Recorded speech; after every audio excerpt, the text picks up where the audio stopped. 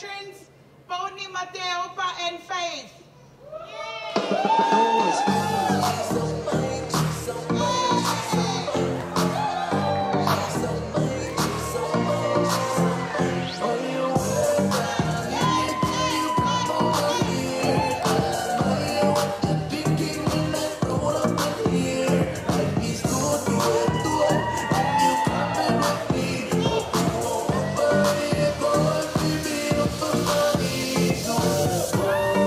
Sun don't shine, but the moon is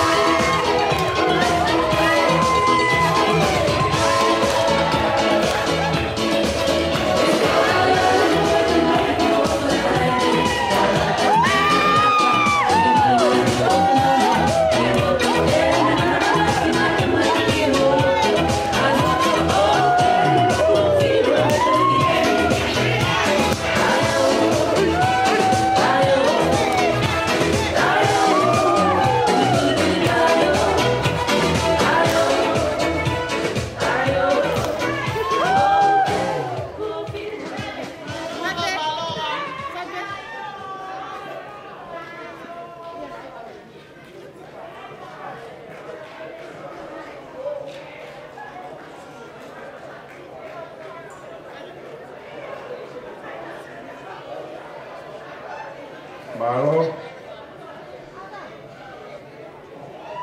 So sorry.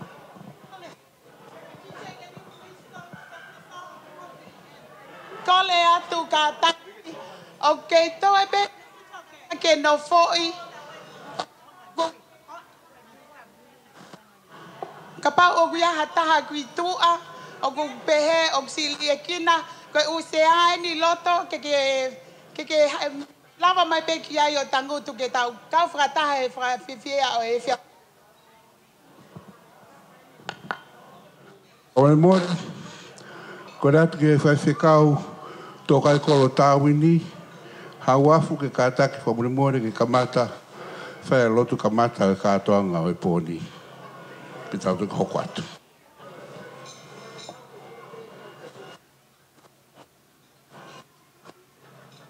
Malo, kore be ke tau, hiwa be fo i vese tā, pe wha tau lon. Ko e kungau e to o ki mo a ke lau e malo he o tu. Ke tapa e ne whahi o whakia tia.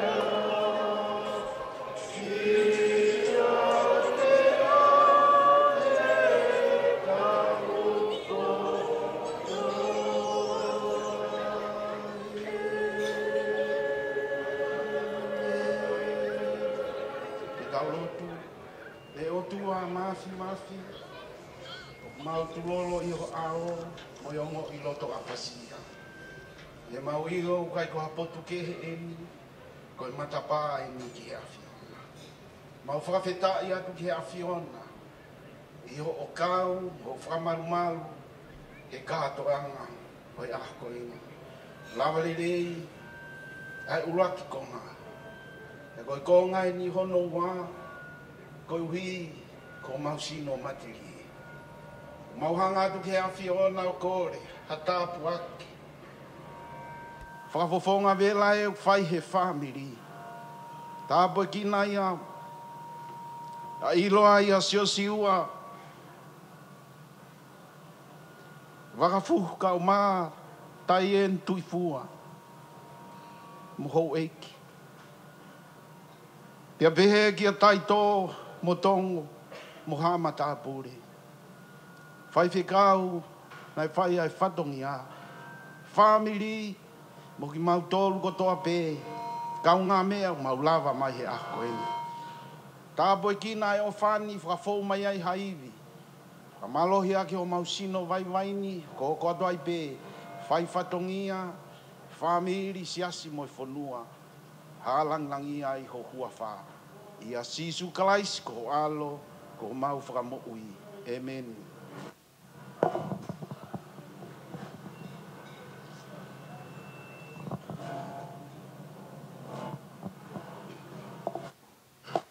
Alo.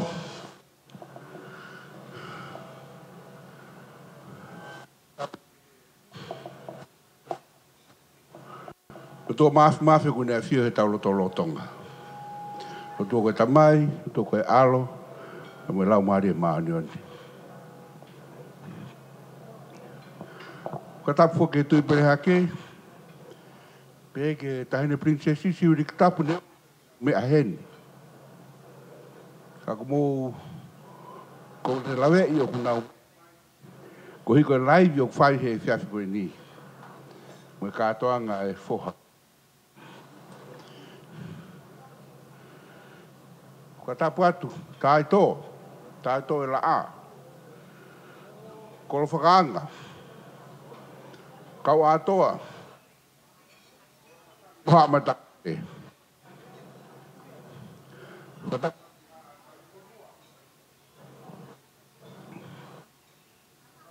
Ke kau pure.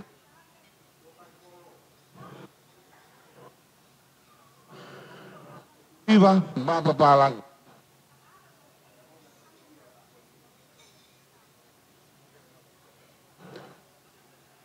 Ko tapot ki o ngofa.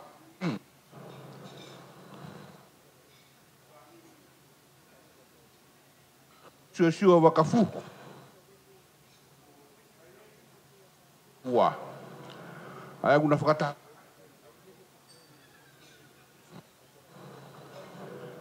Whakata. Ua tonge whakata pua. Whakatuloa tuai. Whatongi. Ko moki motua en. Isiasi ko ni.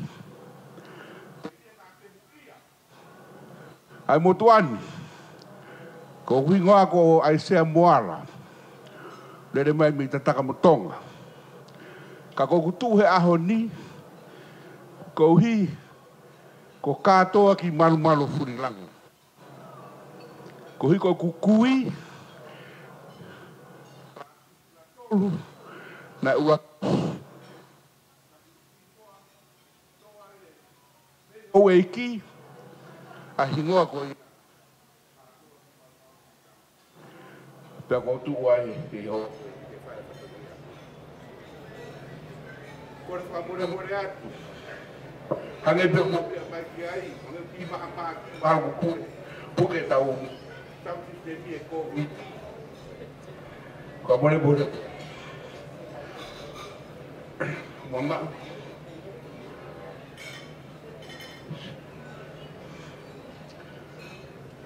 Kore atu. Koe ha.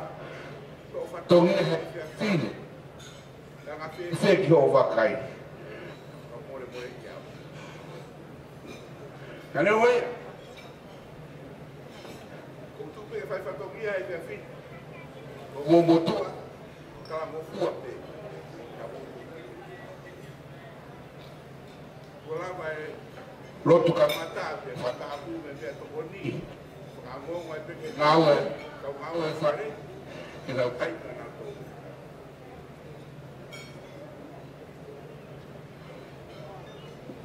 Ko kore atu. Ko whakamore more. Ko whakare atu. Ngahi tau o lunga. Te tau mao pe e vame. Ko kalama hei whiawhini o ka mao mai. Ko tau o lunga pe te tōru. O tuku mai ku hi. Ko kalama o hei whiawhini. Ko fua no whakahoko hoko. Mau mai ngahi tau o lunga. Whamore more. Koe fōme anoi. E anga te he. Kata ki whamore more e angia. Koe ahoe. Koe wakafu. Koe ha. Ho mou ki mea ofa koto a pē. I he ahoni. E wha kotoa he puha koe ni. He kai toi lauia tuku kehe ho whakarea koe moto. Toka ne osi e tau katoa ngahe e whiawhi. Ke whai a roki puku. E fua ke puha. Ke whai whekau. Ke ne whakatāpui. Whataha mo roki tuku e whiawhi ni. Te hiri e te ne fua ki he o mea. Mari fo o e ako ni. Ko e tau ofa ia mo e tau tokoni. Ko e popo. Ke te kinau he kamata ako na wha. Wha more. Toka ngai o kia e lai. Ko e iro whae peti ko atu ko te veo. Ko toka ngai matanga pe kai ngatai mahukinga au pito ke mo toka ngai. Malo. Mga peke mo manaturi ka inga o kulai e koe kore ia e hou eiki ke nau mea mai ki ai. Na nau whakaamu peke whae ngau e koe ia. Pea kou hi, fie maa e molu malu, fie maa e merino, fie maa e mau. Whamore more atu. Aneo koe anga e tau ki whotutu ke he fia fini. Ngahi proklama. Whamore more ngahi tau o lunga. Tuku mai ngahi tau o lunga. Whakamāpopo e tau risi, whika hoko te tau kātoanga. Mālo.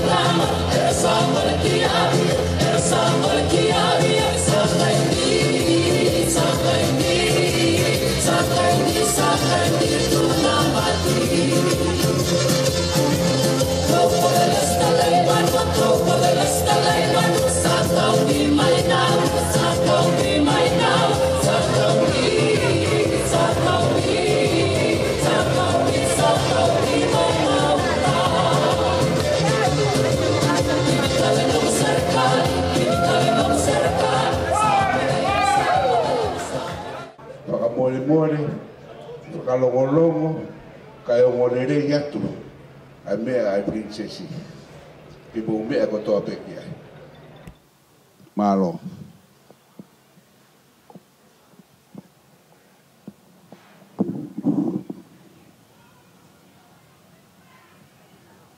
Wakafuhu mo taien koe, o atu pe e ko poaki ofa mo e whakamonu I atu.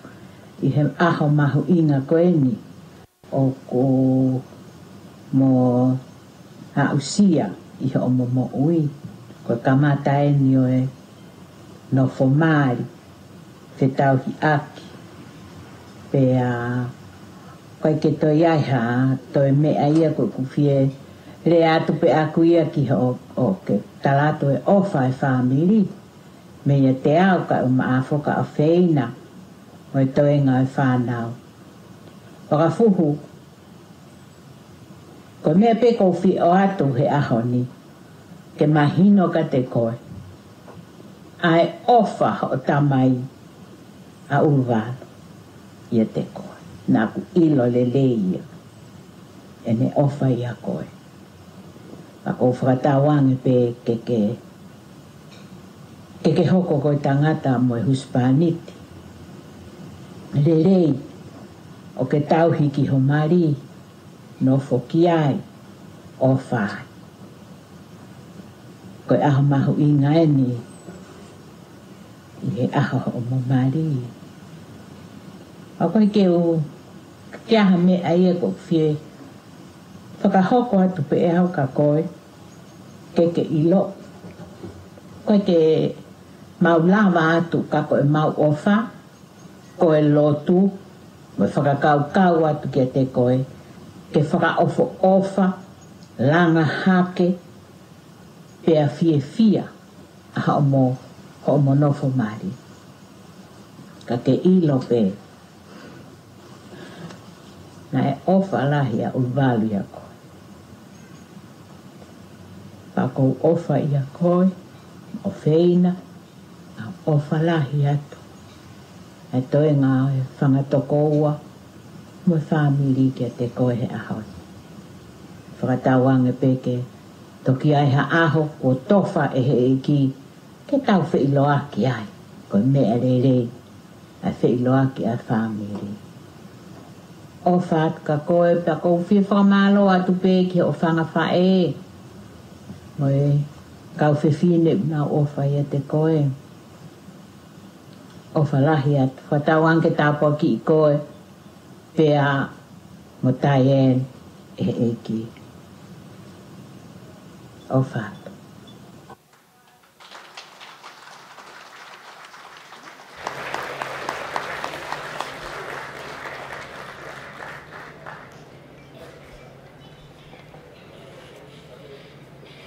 Kaya tutaine, malo e tokloa.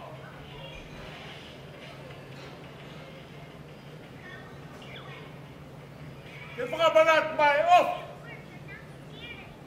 Ia mei whaitok. O pita peangan.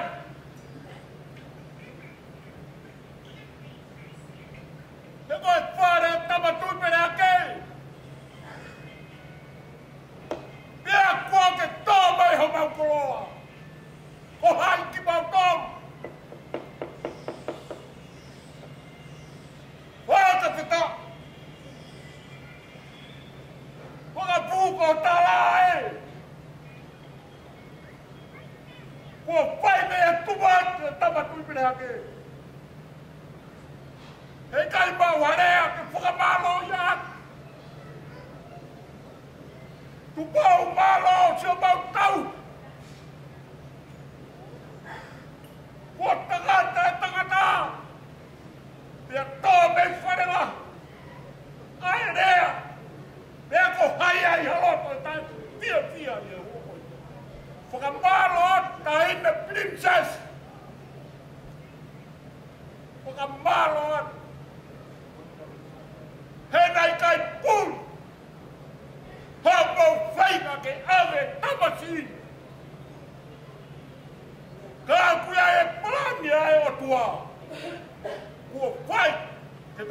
fiai. Le verewa e malanga. O whalahi aku tahine princess. E kia o whaina me langi. Kato e ngai whabiri. Tama tui pire aku. O whaatu ki o kukunga. Le verewa e malanga. Kakawatu.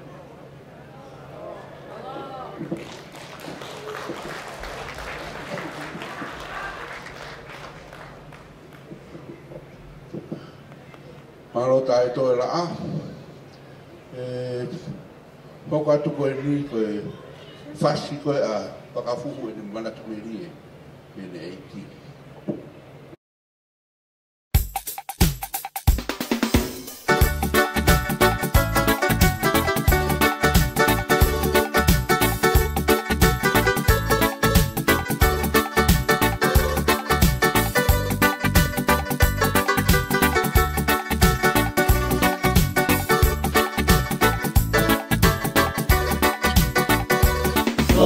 Mata tulu tahe manatu Oto heipu oe pakapapau O hiki aki siete tei lau lau Olita oe opa te mate te moau Hei lala tangi tangi o alaha I he punga ala ki ponua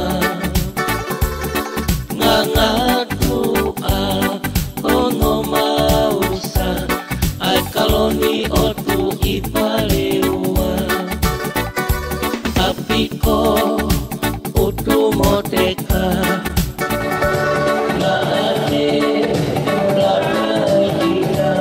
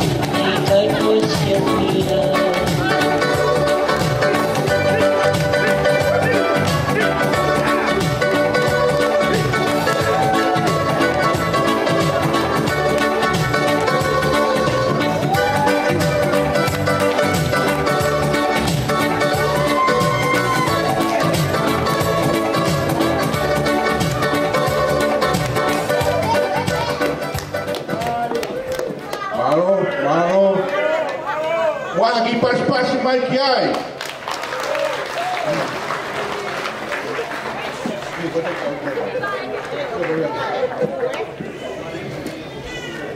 Katak segien yo hau pi moani ki te fai taurunga hok kamata taurunga ai fonua. Dia kata hade ma boy tahni princesi ana mo to ki fanong ni me amai. Ani popo ki foha koen. For non-token speaking, just in case you might confuse and not understanding of what's happening. As you see, the most very active part of this tonight is just the item, which is coming from families and friends that want to participate, showing express their joy and happy to support the new couple today. But on top of that, there's a two important part in the program, which is the cake ceremony, which is going to be happening very soon. And after that will be the cultural part of it, which is the ladies will be performing some cultural tapa and mat and all those kind of things. It will happen during those entertainment or the dancing part. So this is our program tonight. I hope you guys will enjoy the night.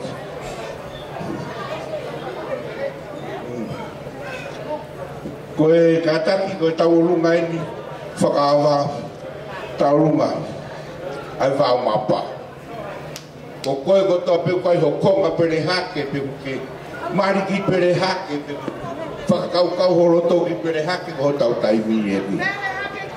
Koe ki se whine ule whahofonga taurunga ko uri koe pere hake ko tope ko mou mea i a vai o lulu. A vai o lulu si la tolu. Whaeia a vea ke taria uri, o no moko punai, ta whae whakofonga ta uruma perea. Ta mō pehe ku wahataha kehe whao whae o mō tau urunga perea. Koe, moko punai no vai o lulu. Malo, kore ke humanga himangata ko so na whakita, a ta mō ke whakahokwa te ki whatongia koe ni. Koe tau o lunga koe ni, koe whakakakato pe mea na whaida ni princesi, pe a moe whanua, koe teki o e tahine tau o lunga me whunga ngao mapa, koe paanga e ni maafi. Pe a o kore atu ki heni, ki he ongo ke pirinismo princesa ahoni, mo mana tui ka aina ko ostalaki. Ahoni, siua, whakafuhu take bulan tuhu aho. O kui kai ke toi tui fua he ahoni, tui fua te moni te. E kou pule pe foki he kou makloua. Pea koi ahoni, ta awhi tui fua, tau ngata pehe tuku aho ka tau katoanga. Kore atu heni, ai hongo plinisi, moi princesa ahoni, ke na mea mai, o hui atu ai teki o tahine e awat ki hena, ya hui ate wahano teki ki he o tamai de aho. Malo. Malo, whamore tauolunga me hikitanga sai ni, te mai ai pe, hoka tai pe, e tua tauolunga kua ni. Pakahiria, kua lava e tauolunga mo me hikitanga, pakamau e kau whiwhine ngai whakawhae, ke whae wau e ke hoka tulewa ki ai.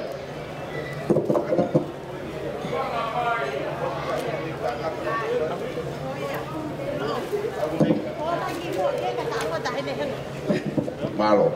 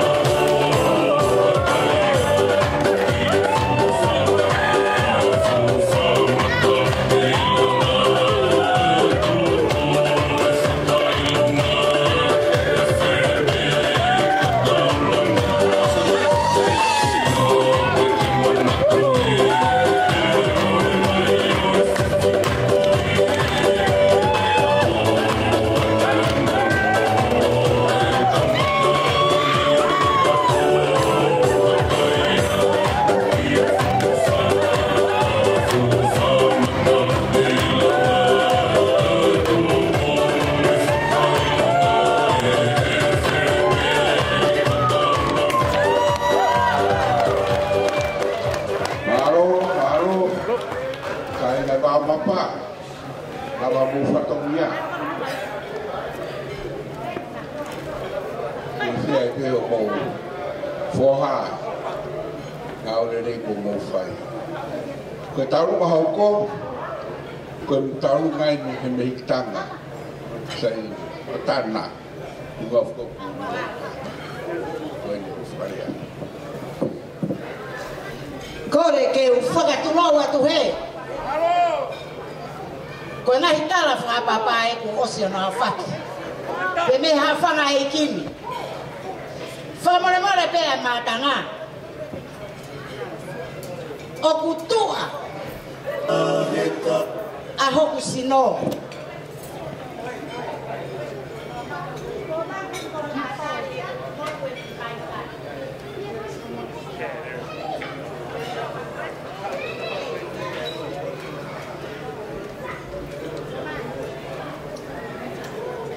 O kutua a hoku sino.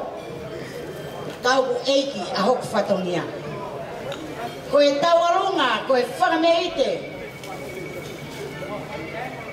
O e hoa ni, ko e whakafofonga. Ai mehiki tanga, o e tahine, mari o e ahoni. Pea i hene pe he, whakamore more pe, o ngota maiki, mo me atu ki he.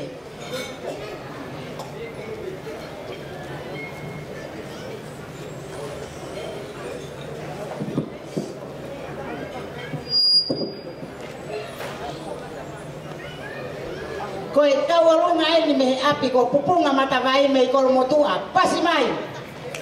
Ko mo sio pehe mai na no ya motor. Pehene pehe. Tamasi mari. Fanga more more pe. Oku whakawharama e ofa. O maata. Ai mehi tangalahi o tana me ngosira. Pehe kia inoke. Pia mola tu. Mei Amerika.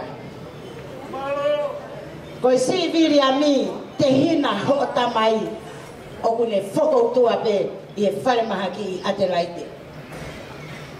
Pea neongo angai mea oku hoko whakanatura ka hei kai te uri aki.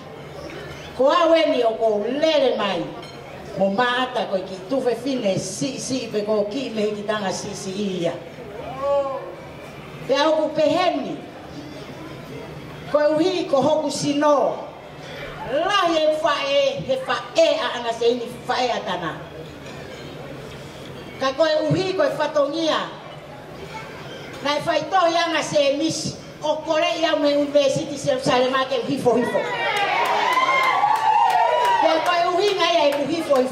Ko se atu pe au o ke ita, o whamai inua me vai ke moko. Kai tuku ke whakahoko whatongia ko roa taimi. Ko kore ki he ku whanau. Pia i ki tuanga. Mo manatu na turi hoko pia i wafuna. Kai ke urai lahi lawe whala. Mo tolu kona mo sio. Mo lau ia kana punga lahi whala. Tuki lalo ke roa. Kata ke mata apure. Fie mata mua ia te koe kai tuku mo whakahoko whatongia. Ko kita hine ule whafonga ta alunga. Ko kita hine ya ko anasemi, ui ki hene kui. Ko e ono moko puna.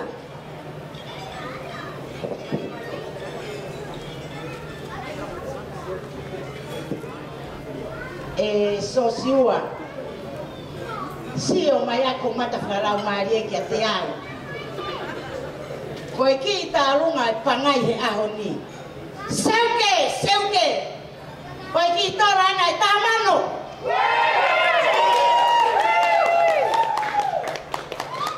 Ke o atu. Ke whakamahino ke te koe na ke paki e hei lala hoku mata whare. Pea koe mata lai hei lala ena. Ke te waki.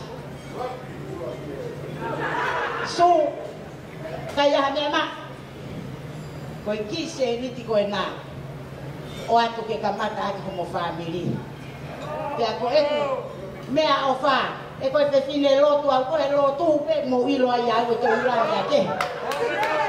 Pea koe ai, tā mai e pasi oi. Kahine talunga ko ana se ni ko fo mogo puna en semis. Ko fo mogo puna enyo ana se ni pe mo semisi. He ko fia ko osi ko ni to e mali. Fo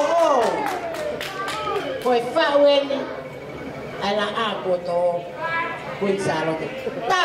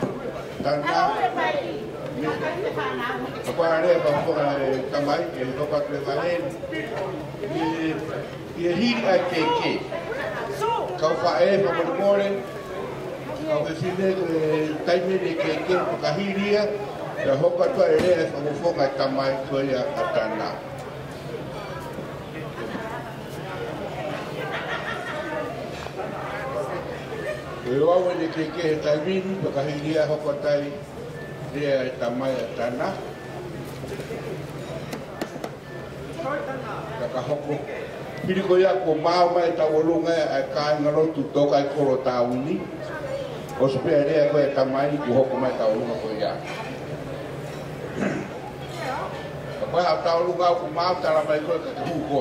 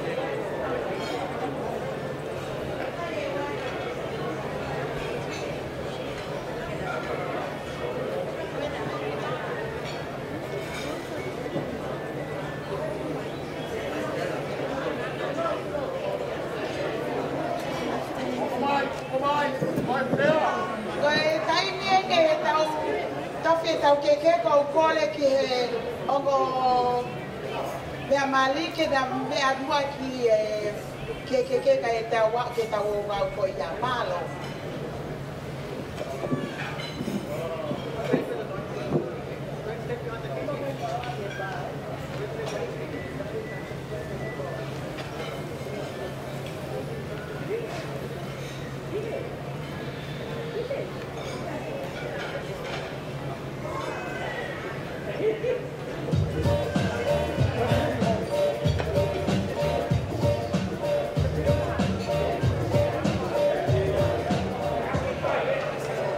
Saya ketemu itu saya keke hari istirahat pasal kenal, saya mau tahu kita ini keke mau pas-pas lagi ay.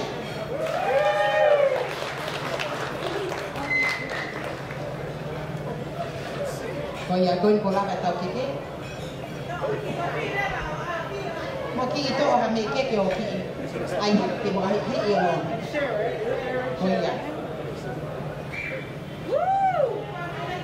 Maturo wat pe kay ito ang kibeke kibanya ni.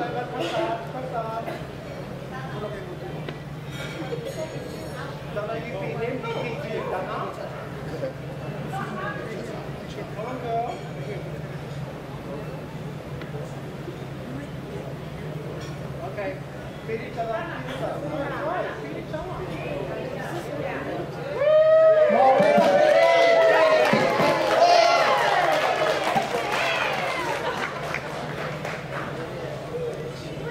Koe osko ni koe hoka te tos a mea mani matulowat.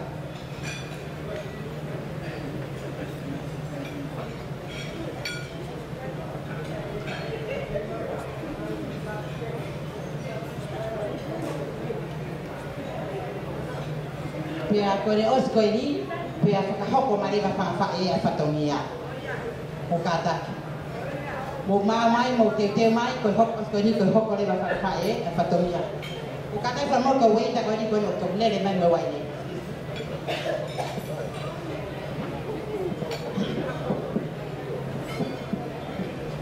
Lo toma ko ni mo me mai pe ka ina ko tau si ni a ho me mai. O kata ki te to ki o ma ko ibu a me mo.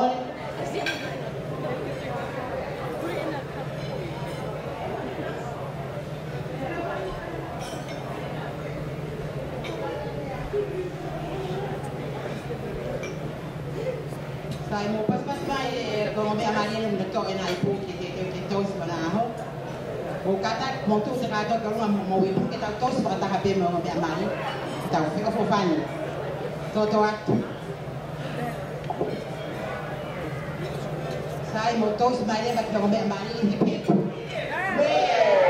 Hip hip. Hip hip. Kalau apa dai ni mi os ko no mo to kai hoko mai fa fa e ki si fa hoko no fa tonga mo katak fa mole mole mo mea ipe kai na ko fili mo tu masivani o ko pare helea ka mo fa mole mole ania hi ko ko le mai ke ha fa hoko atu e me amare va mo me amari ko mo sea fa mole mole ka kamata mai fa fa e mo fa to pe mo mo mai ki te tai ni ki te ke fa hoko fa tonga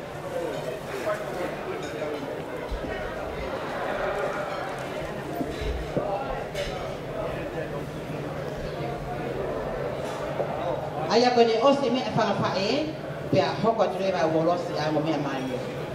Mo ka taki ko e o mai ko lere mai me uta. Pe ko ke na wilo na to tosi na ja tosi e feito mama o. Mo fa mo le mo ia pe mo ko to fia ka ia ha fiha la ki ko fiha ka fa nao.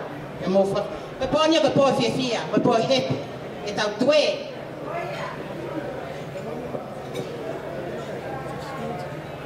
Fa fa e o stai ke mo fa toto.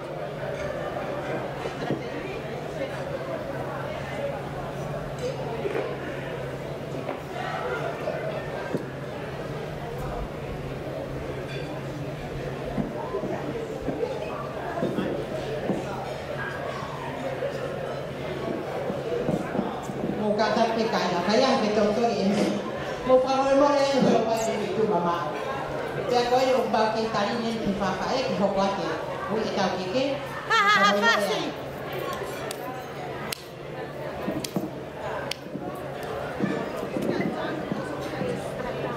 Boleh nak tahu rumah, boleh kau mau ke taruhan, kau mau mai tahu rumah kau tu kau kolom boleh kai.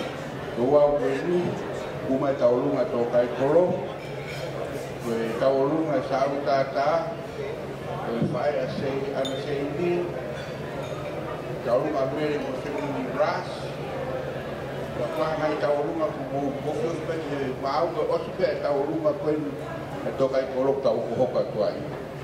Ko ngahi lea famana to tupe ngahi lea ko fonga, ai mo fahai, tamai mo fai, ai mo fahai loa. Ako mau ha lea pa fonga fa ita mai ha karena ka bani di fai malo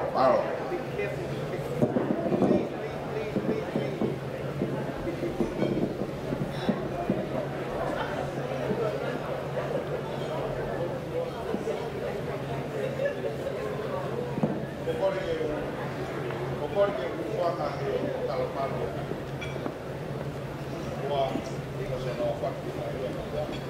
kaya tahu macam upaya dia pamufong. Ada tahan ni kota dah. Ko famalo ke tangata ko sosiwa wakafuhu tuifua. Ko tahan pokia o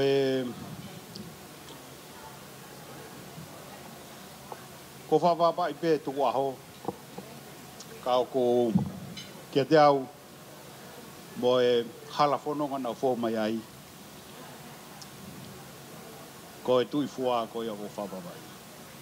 Ka tā whangore pē, kao tama me i perehake, ko kata whae rea. Whamalo apito ka te mou tōlu he lava mai he whiawhini, whahoa whapito tau katoa ngā, whawhiawhia, ko whamalala pe a historia o tana ai ai ha na tokon. Ko mau tolu ko family ta iloa pe. Ko mau kui ko hau mi niua. Ko mau tangatai ko malpo ham fore vai. Na mau ta kai fala i kolomotua. Hala whakalere ke ai hatoto i kolomotua. Ka ko tunga pe i he whenga mātua kia te mōi o whakalakange pia saiange, ko rohinga na mau tā kai whalai kolomotua. Koe hingoa uhi o hinga pēu tānoa. Ta heiwa tau tolu na hawai e ku hiki mai e ku kui, ku malpo, hiki mawa tā memu tangata iki, ko lopet, malpo, i he ne kei tau taha no. Ko whenga ke kumia whanua whou, mai kahau. Pea i kai ke ko mau e nofu a kolomotua ko nofu a kāinga. Ko mea pēna mau he kukui ko fu ano. Ku fu ano vai ka pā te mulawe i pē. Ko nofu ko e sia ko vei o ngō pa mo tere kawa. Ko whakatou hifo ko toa ki lalo na i ai e fu tawhenga. Tāna ki anga vai ai e kāinga kolomotua. Ko kolo fo ko kolo eiki. Pea o whilawe e tā noa mā whana he pōni. Pea mo mea koko he pōni. Ka te oat pe tala noa ke e pahino pe. Koe Hauana kukui mo tata iki o na mai o tane fuano te ke mari mo fina iki ko fuano ne fu loloto fao na ia ka ki mo na o mai finga ki tanu ka na fo pa na walo e tahi wa fa fitu na e lesi sitai tari he tui pere hake ke lesi sitai ho mau api i he hingo au tamai pa koe ai pore ai ko ia honi ko pohoni ko toi hanga e tana pe amo sosiua wakafu toi fua o te whamana tu ke mau whaamiri ai fuaki na e whai hokui e tahiwa whawhiru ko e uhinga mau kolmotu ai na kolmotu ko ia na ka kolmotu ai na e kore na ka kolmotu ai na e o na kolmotu na ngawe pea ko e pore e poni ko tanu ko ia ko tanu ko ngawe la ko tanu e kui marolo kui o te ekipe ke lava ai foi konga api a anu aki ko foi fare pe taha na fai mo tanu he tamai lava reva fare bautu ka oku ke ilalo pe ko mea ko i he ne poni ko fafonga e tau ke te se mis malbo ko se mis ina ne hanga o tanu ai fu wano vai ko ni o no foi ka inga me fare vai o mawahe hake mihi hala aribade o tunga e pore tati hafta pamalo apito sosiua wakafu tukua tuifua ko mautolo ko mitoloa ko mafu very discipline apito ko e hingoa ko ni ko e tuifua na o si lesisita e hoa tolu ko nei mui pa ko ia be ko to e tau tea ia ka pau te o te talanga tani ko ia e ku fa pa apito ke kainga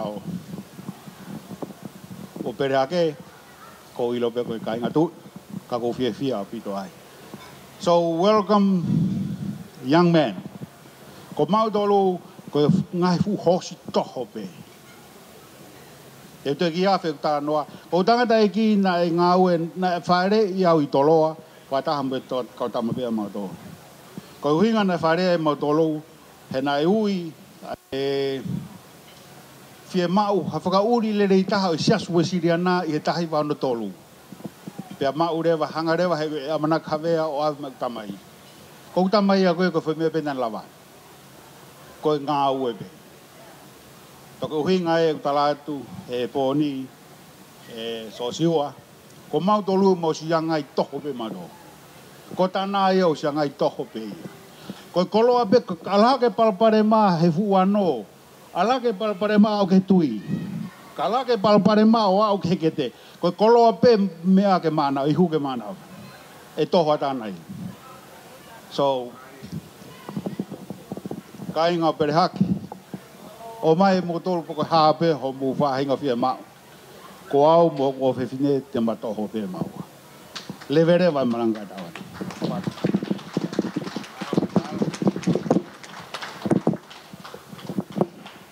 malo wala wa fa fo ngai e family tamai atana to e fa e mo family fa e fo ko a su wa ka te ma nga hire ko ka fa ga mari be ngai tau lunga ko mo ia fa mari ko ka fe fine fa na wo wa ki he na mi a una tokan ki ai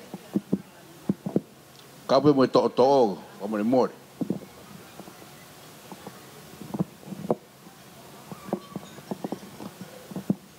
Kole ke o whakatulo mo ha whanga kai whakangofu au ke o whai atu ai whatongia koia ai whae atai eni. Tapu moi a whio ai otua i ho tau loto ngā. E a whatapu ke tui perehake mono whale. Whatapu ki tahine ko princesi mele siru ki tapu kalani walu. Whatapu ki a hau eik Te pehe ki a taito Muhammad Apule. Whakatapu ki o tamaiki o tau i heni ai i he whiawhini. So siua whakafohu kai pehe ki hono hoa whanga tai eni whakafohu tui fua. Whakatapu ki a teku mō tolu ko tā pē o tau lo nuku. Pehe o ake whakatapu i whai whekau mo haa lotu. Ko wia, ko ngai tāpua ko tō pē o tuku ki a teku tau tolu i aho ni. Whakatapu atu whoki ki he ongo whahu o e aho. Kai ata ki o whakahoko atu ai whatongia.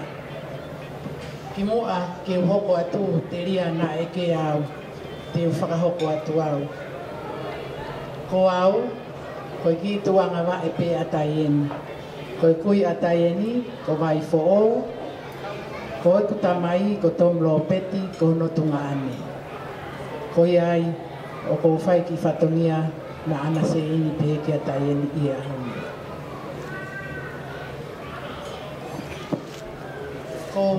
Ko le whoki heni ki he whanga whae ke mō whanongo lele ke whakahoko ho tau whatongia i he whiawhini. Kātaki mō whakaongo mai.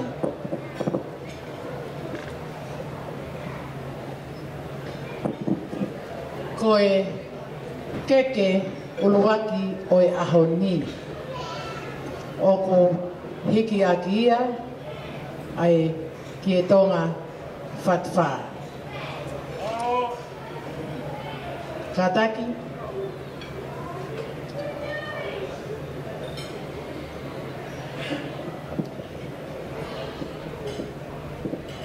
Kātaki ki e kau ngā oe ki mui, mō whakailonga mai.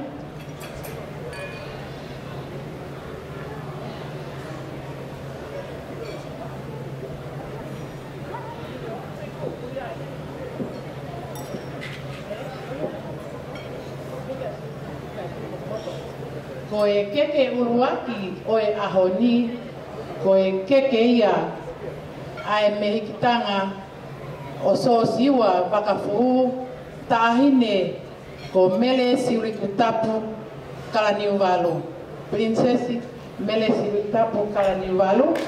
Aya o ko hiki akia ai kietonga whatwha. Kātaki, mawhae,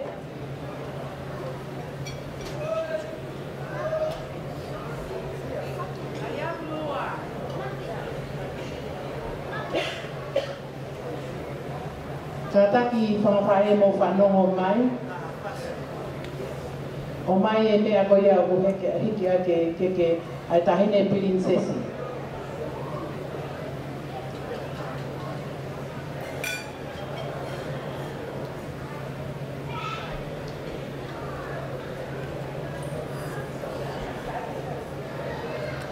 Kātaki mō whainga mai ko ngā ka hoko e tau ngā aue.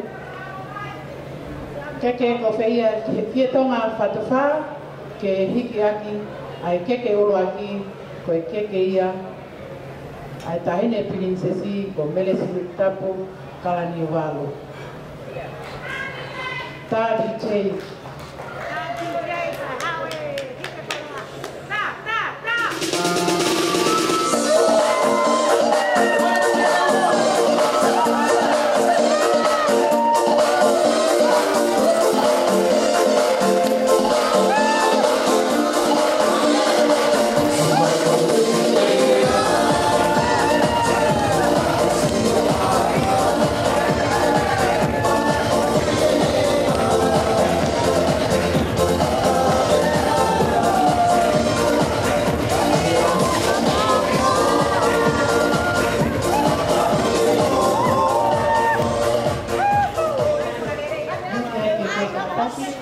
Kātaki whamore more.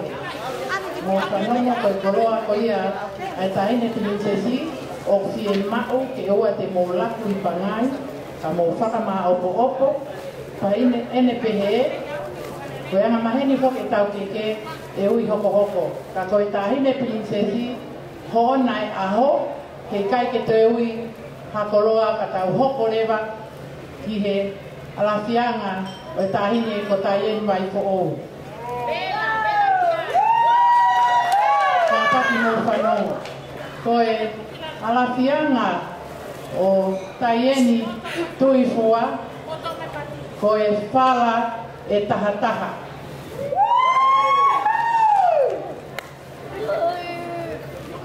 Whala pati ua ngokumi.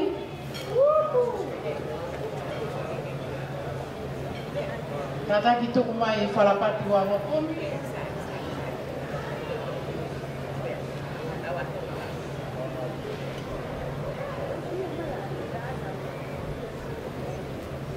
Fasi, maniete mo fasi. Aho ta. Ha, Ini koe ta.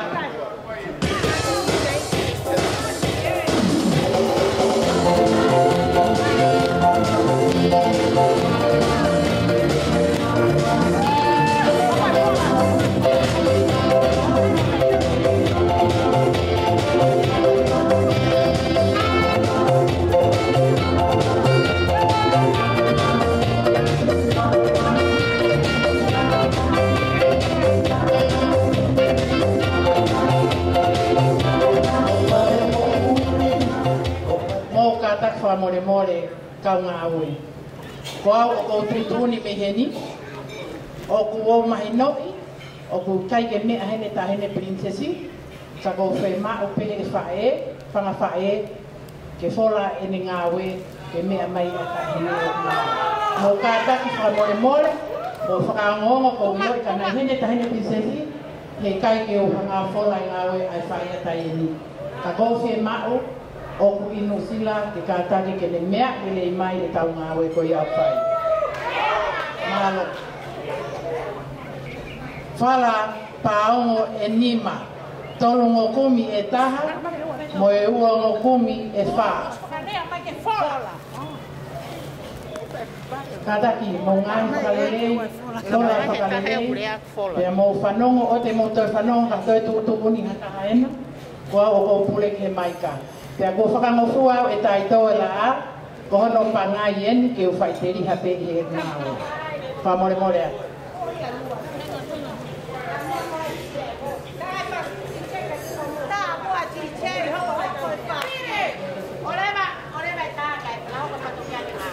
Whala tolu ngokumi.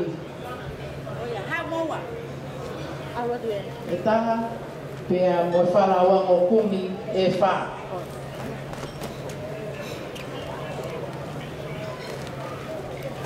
Mō kātaki, mō whakaongo mai kau ngā ue. Ka pau te mō whanongo kia te au. O mea i mai pētā i ne ko whangi ta mai ki tau tōk tau ki vare. Pē mā pētā i tō la a, e tau whai e tau ngā ue he leleita.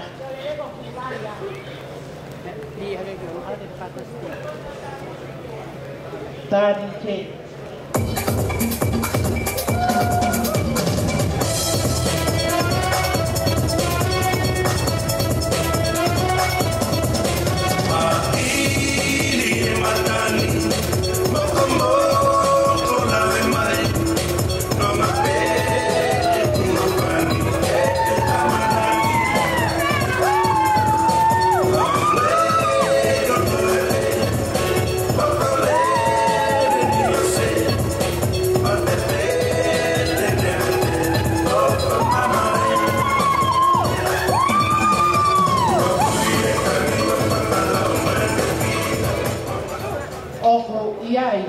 Mo e wharafihu e nima. Ko e wharafihu toro ngokumi e taha, mo e ua ngokumi e wha. Pea oku awhia kia ai whātua. Vamos hau e wharafihu. Ha, wharafihu.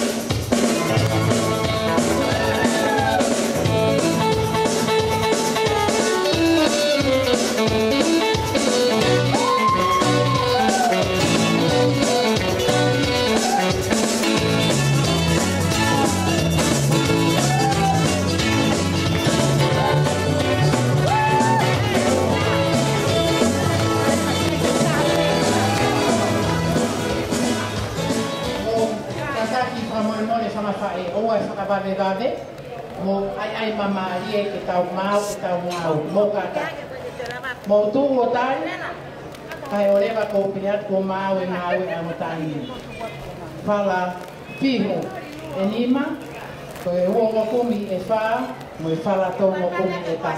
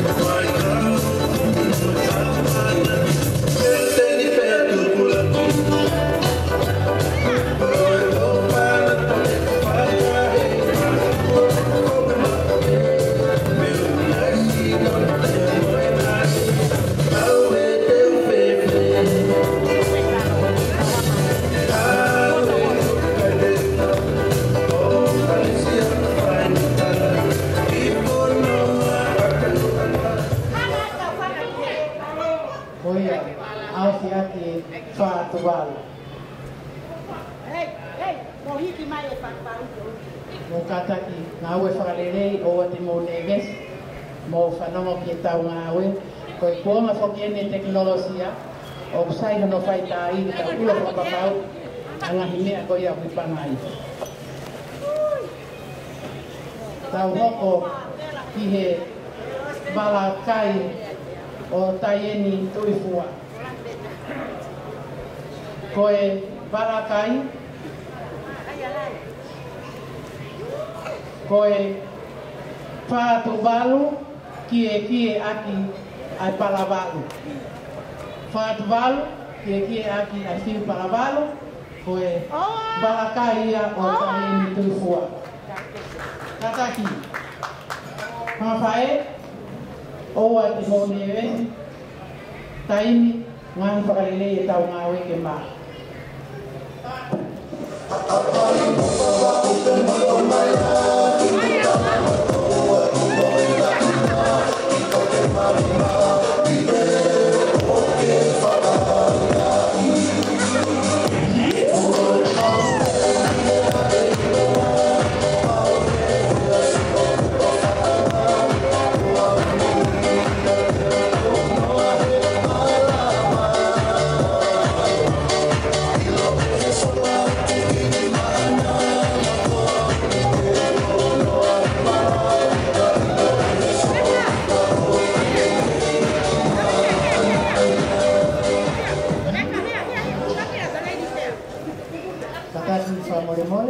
O mai e whaatuwalu, pe a hiri ki ai a palawalu ki o lunga, tono kie.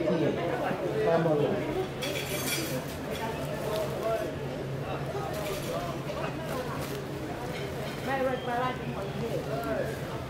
Koe wala sa pate o taieni tuifua, koe whaatuwalu, kie aki a palawalu.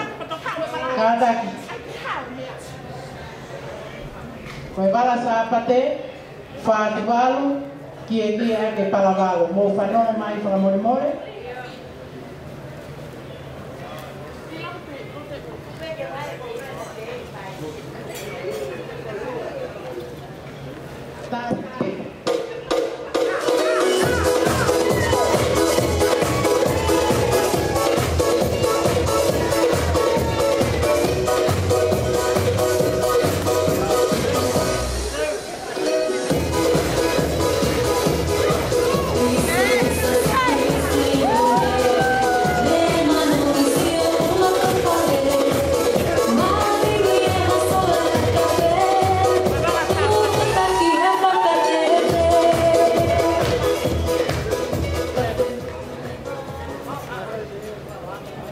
Koe malamali o taieni tuifua.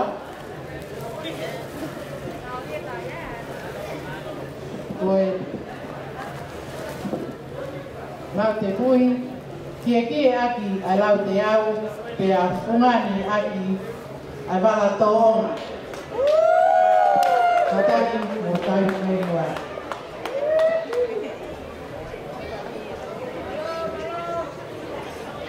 kataki o wai laku kene ni koloa.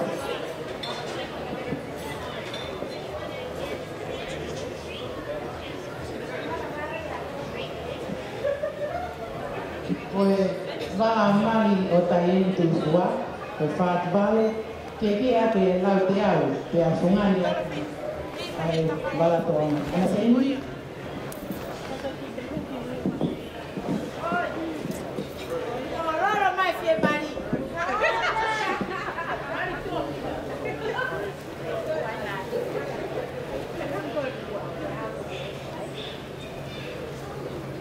Koe koloa kotoa ko ia tai tō. Koe koloa ia taine princesi mele siri kutapu kalani walu. Te au pēnu. Tau ni e tawhaki, tau ni mau. Koe ongo whae, te nau me atu ki musineri atu ki musila wha more more. O tuku atu, koe horo horo anga ia, o tō kupu, o tahine. Kata kwa more more. O kuyai mono ki whakananigi. O kuyai mono kato teo. Koe atunga kota ki mo whanongo mai. O kuyai mono ki kapa pārangi e ua noa. Mohono kato teo, mo kataki o to'o mai.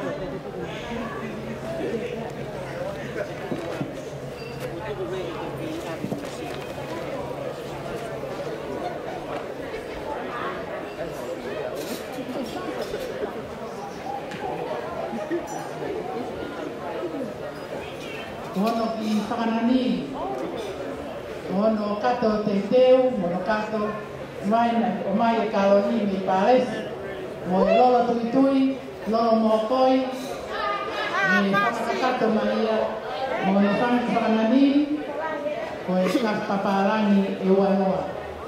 Ko e katoa ko ia, ai tahini, ko e me tane ia, o sosiua wakafuhu, tahini ko princesi meresi tapu kani walu. Kona aho. Fasi. Tai fasi. Tai fasi. Tai fasi.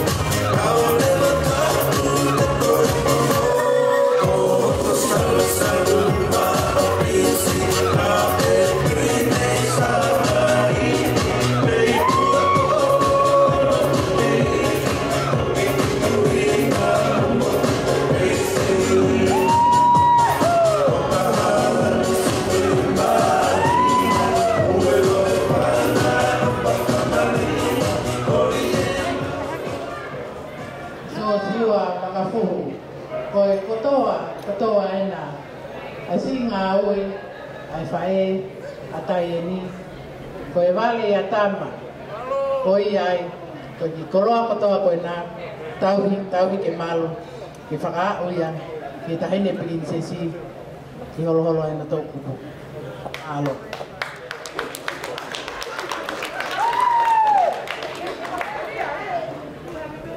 Taki. Koe tau i eni ki wheta whaati kai hoko mai ai keki hono ua whanamore.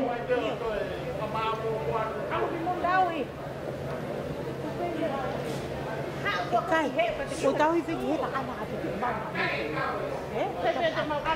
Ki mua ka atau na. Ia ke kai tau lua.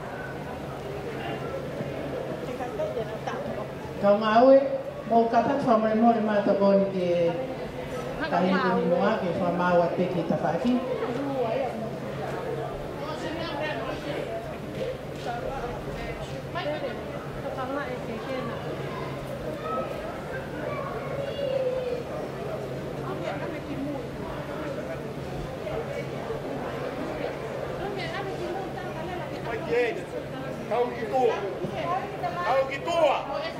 Mo whai ke tōtō ni ai mata porehe kono pangai whakamore.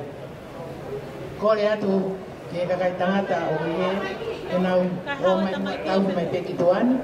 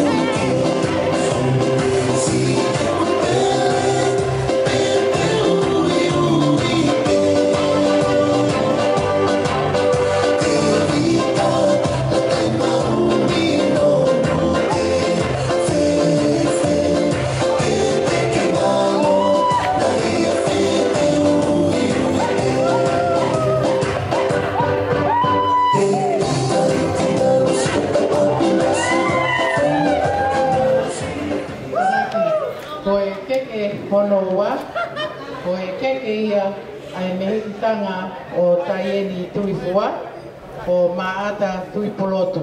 O kuhike aki ene keke, ai kia tonga fatfa mahanga e ua, pia moe whala tolu waku e taha, aofi aki ai toka ua noa.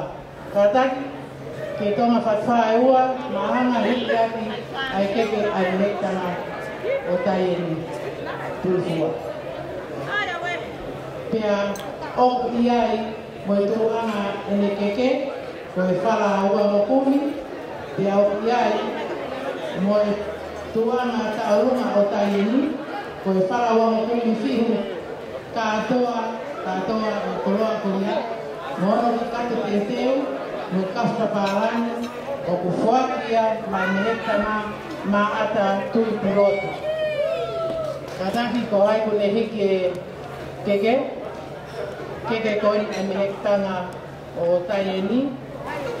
Mahalo o kuiheni ai ki te hina si o maata, mea mai o ka mua ato atu ai keke ai mehektanga malo. Mo whanongo, koe ki tonga whatwha mahanga e ua o kuhiki ake ai keke, whala tolungo kumi au whiake e fuatanga, pea moe tuanga ene keke, koe whala aua ngokumi, tuanga ene taurunga, koe whala fihu ua ngokumi, pea moe kato teu, pea pehe, ki no whanki whakananiwi, moe whanki kaf papalangi. Katoa e koloa ko ia, koe koloa ia ai mehektanga o tai eni maata tui pulotu malo.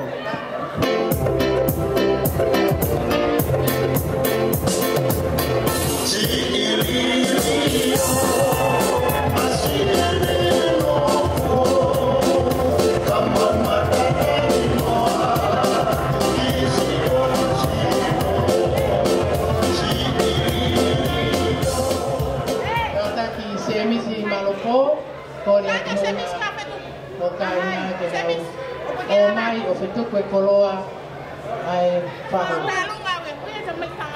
Kakataki tauhi ki tua.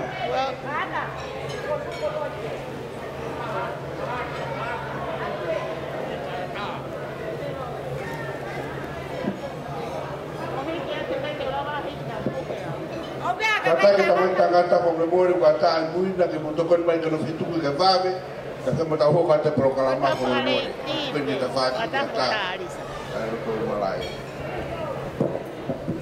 ai ko keke hono tolu ko keke ia koloa ia ai fai tekau na ne fai o wawe aho o tu hiva ma papalangi mo whanongo mai. Koe keke ai whai whekau o ku hiki aki ai ki tonga a whatuwha, whala paongo uanoa e taha, whala tahanima e taha, au whiake e toka hango furu, pia au pungfungani aki a e sila koe paanga e ni maafe. Kataki o hai kene tau he mea e whai whekau. Koe ni a teini o kuave kataki o mo mai,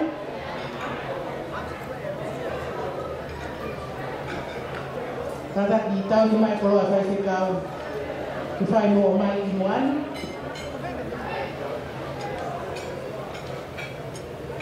Kata ki whai mua.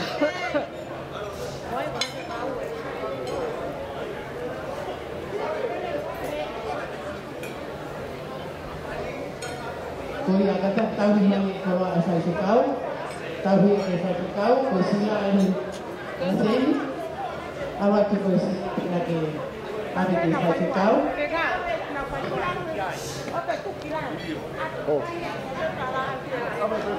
Pea, koe ngā taanga ia, e tau koroa ko ia ko ui e whawhini, koe toenga, koe whatongia, o ana se ini, tene toki whakahoko, whakaosi atu, ko ia pē mālo. Koe taimini, o ko haura tō taha ko ia kune whakahoko e tawolunga a e whahai ana se ini, e ne whae, ke whakahoko atua i e taimini, mālo.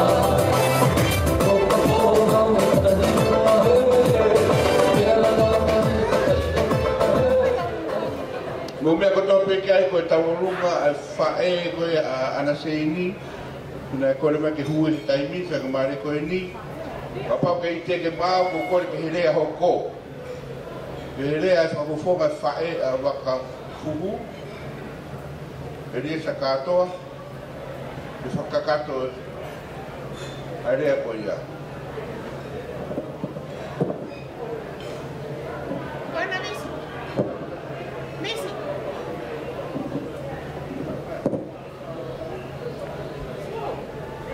Io tahu lu ngai fire sini, kalau mai family fire sini, anak sini, kau ya kamu lama kau ni kifakato ya. Jadi mai dia hoko, kalau hospital tahu lu kau ni hoko mai dia hoko, malo.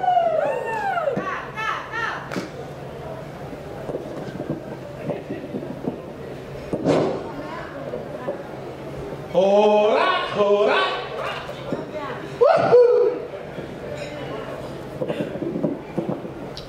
Tolong, tolong, tolong.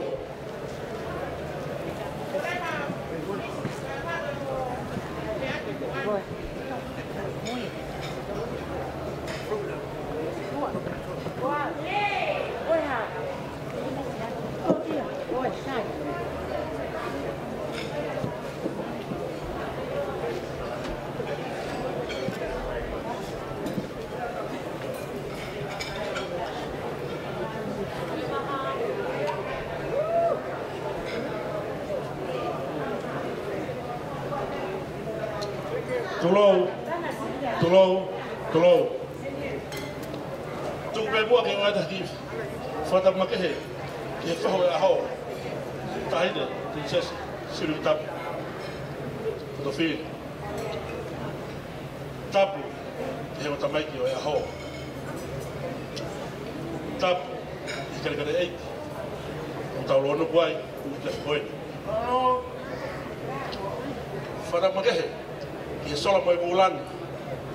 Hen mo kita tol kat boy tap tai to yang tabu tai to la fatulowat tabo hangofua ke bangai ke fahakwe ifraulaw noa tu mafina matu ke manat ofa itahile tayen waifo fata fe yola baha tanga mo buna wa alusa tanga mo buna wa hiyo tanga mo buna wa fargaano tanga mo buna waifo Hosea kai wa Hosea me krope ka hapai ho matapu samitapu manulatu Presiden malolo sa safitu. Paula moi bude live makita dolu ya boy. Fana watani mubashiti una hen makita dolu. Famalot. Sama tabela ku fa audi. Ko tek mu fa ya audi. Feu ngaya. Mo panga taman.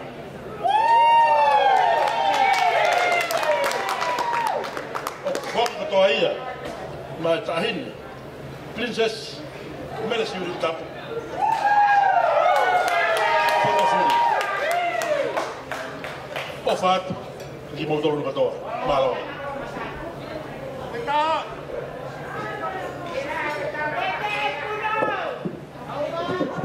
Malo, mamai tahu lupa koya, kamata dia talama mufasi. Jadi kia, jadi mana hoko ke hoko kamaya kan, kau tahu aku follow tadi anak minggu ini, tahu aku kai kalau tu kau tahu kai kolo, tahu ni follow nak mau. Yeah.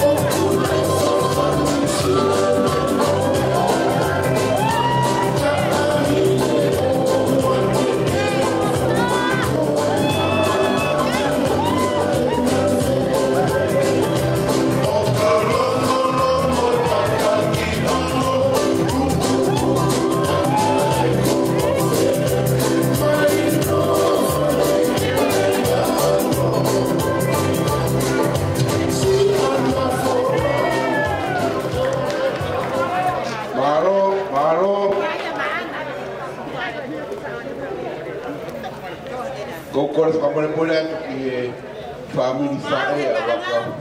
O wa ta mau. Fa mo ki toroi te mo ki tai si pe. Ko hi ko ta o luga de lo ba vai pe anena te kamata e tau ka to nga. Ku si fola se ni tani to hu me ta o luga ya ka ngalotu ko ya wa ka fu. To kai ko lo ta wini. Hu mai tai mi bos tu ka de me fa fa e ko ya wa ka fu. O na urea, o na fatongia, ki hok os ko ni ta hok ki ai.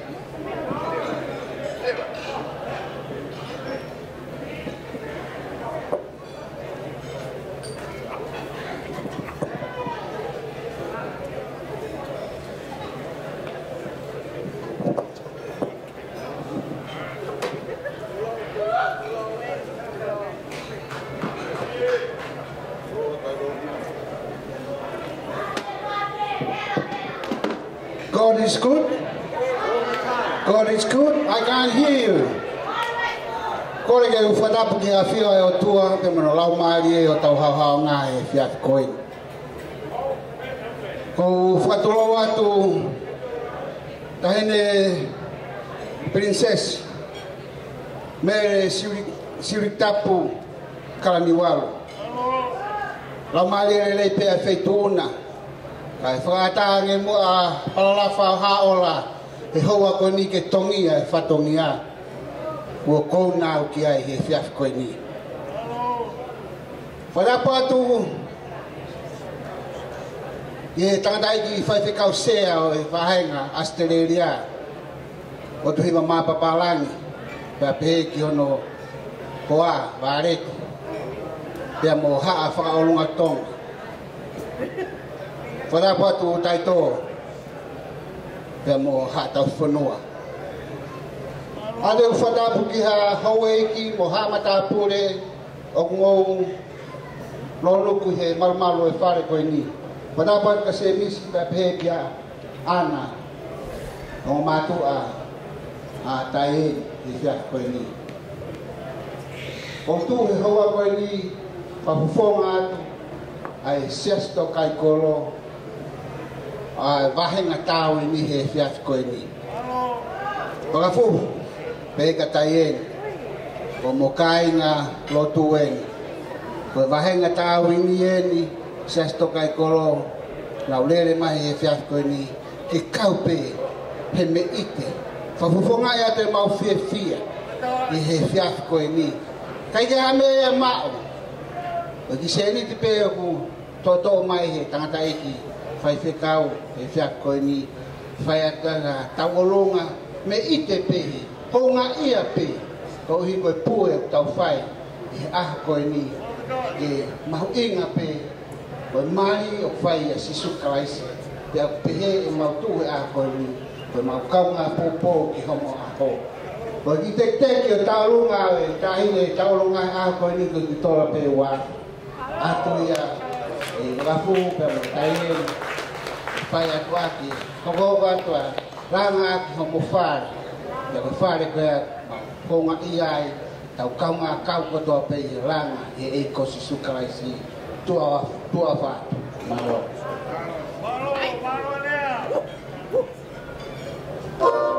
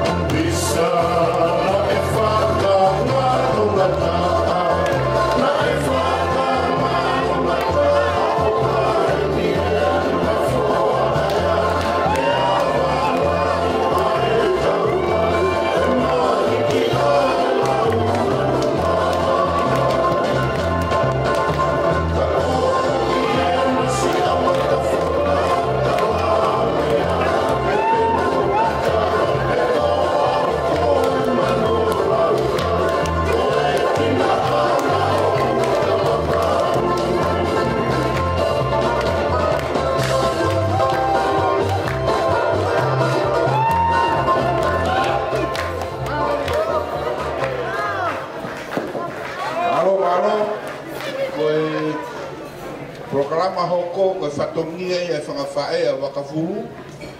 Whae na fatongia e whangawhae, whakako temo e na urea, whakafonga e whae. Kahiri ia koe māma e mhafuk mo e tawa runga koe a Jesko e sire na tawa taina tonga e tawa ni. Koka pia i o se fatongia e whangawhae a wakafuru.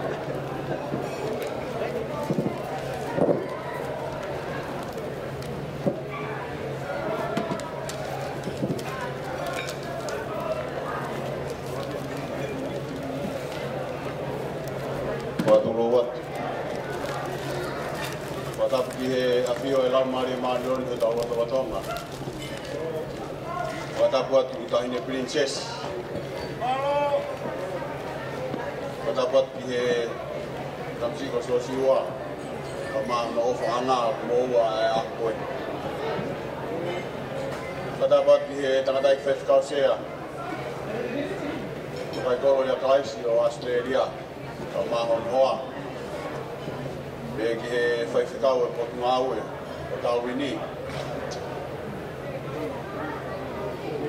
Ko kore whamore atu. Kai tō e lā, a mā tongo ko momo ala e. Kai tuku mai mua haki whainga maari e.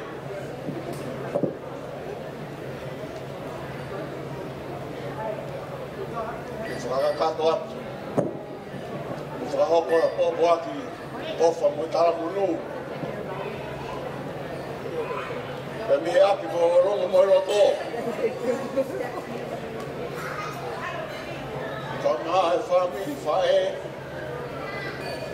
Ka whakafuhu e aho koe. Tēke whaiha mea ko whawhetai o Brown Mārie ke o tua. Te mōni e tāla e puna kēna e hange pēka i kai.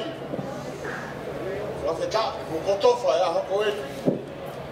O i kai whahai haimi ha tangata.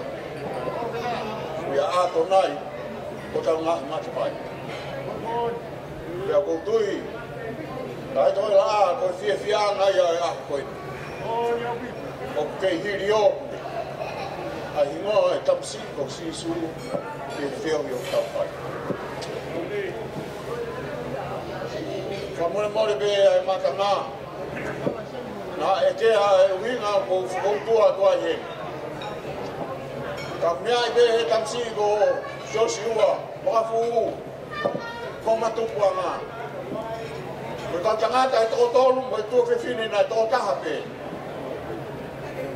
Ko whiwhine e ni kutupu ai o whanau koi.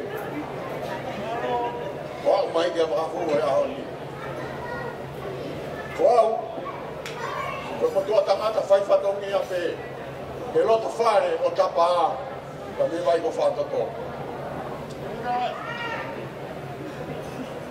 Koe ahoni, ko si o wafu, o kakao mai me he tapa keke, o ngahi whae, koe ngahi tamai, ngahi toko ua ko tua whawhine i kai aha me e ma. E tamai ana e pūri a te koe, whamini masiva tau tuku ai. Kai whawhina. Nā i te puke pe he mātua, ai ofa ai otu ana i whau taha ki tau toru.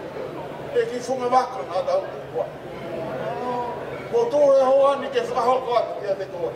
Ai ofa lahi au pito. Ka mi o whamini. O whae. Ku heni ai a kaiongo. Ku whakatua whawhine e kuke mi ai.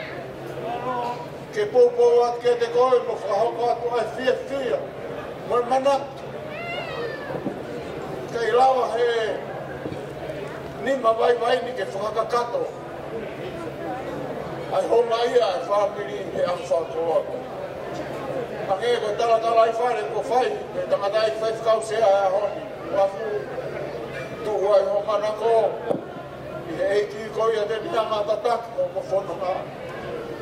Ka pau e pehe, ia e whakua merie. E kaha, mo koro to whare. Maua whaat ke te koe. Kau si ngai whae o whakawhonga e whatoki a. Ai wana ngalo. O ki kai lau e ka who. Ka blava. Ai fia he eiki. Ko mea maho i ngai ia. Koe a ufa ngātua e kōkua ki tala monu. Kia te koe mo ofa, kia te koe ka maho hoa. Ka maa ka wātoa. Ka moe fua whatongi haka tō mea e hoi. Ka wangi ki o tua mafu. Kumua ke ni toki ana. Kono whakakato atu e whamarotu anu. Ia ua kia te kumotoro. Whamarotu tai koe mau whangamari e. Leo lewe malanga kau takawa. Maro. Kalau di whakawhae e wakafumu. Dai meni whakahoka mo whatongia. Kau pe whoki mo e wawe. Kau hiko e tau whatongia. Mau pe taimi.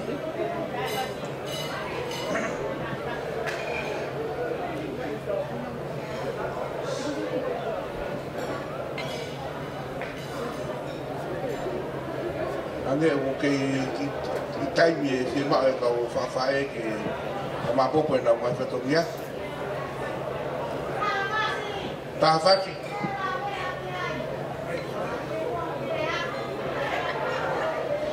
Dai kau whiwhine e whatoto mai whamore more.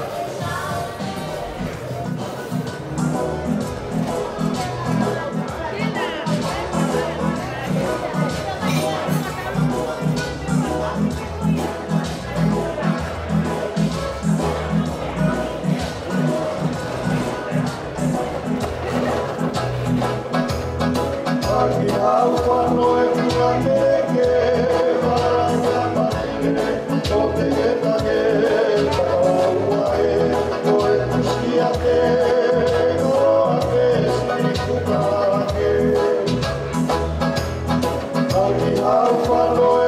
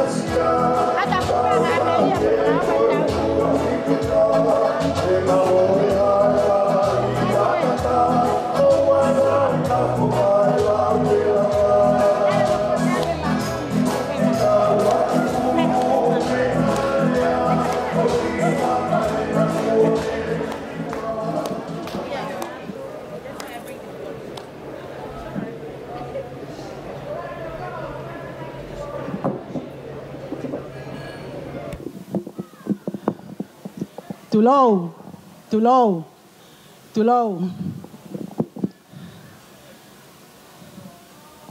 Tapu pa moe fale tu fale wa. Tahine princesi mele siri tapu kalanivalu fotofili. Famole mole yang yau na ko ngutam lea I poko ni. Taito Muhammad Apule. Fafetai ki ha pehen. Ko kawa ya fine motua. Tai iloa motua ko ni ke ye ao o e fale o tupo ke fai haki fatongia. Tupe moa kau hawa tu he ye ngai tala fatap kakato o e fonua mo lotu. Kai tuku moa ke ngofua pe ata ma aku.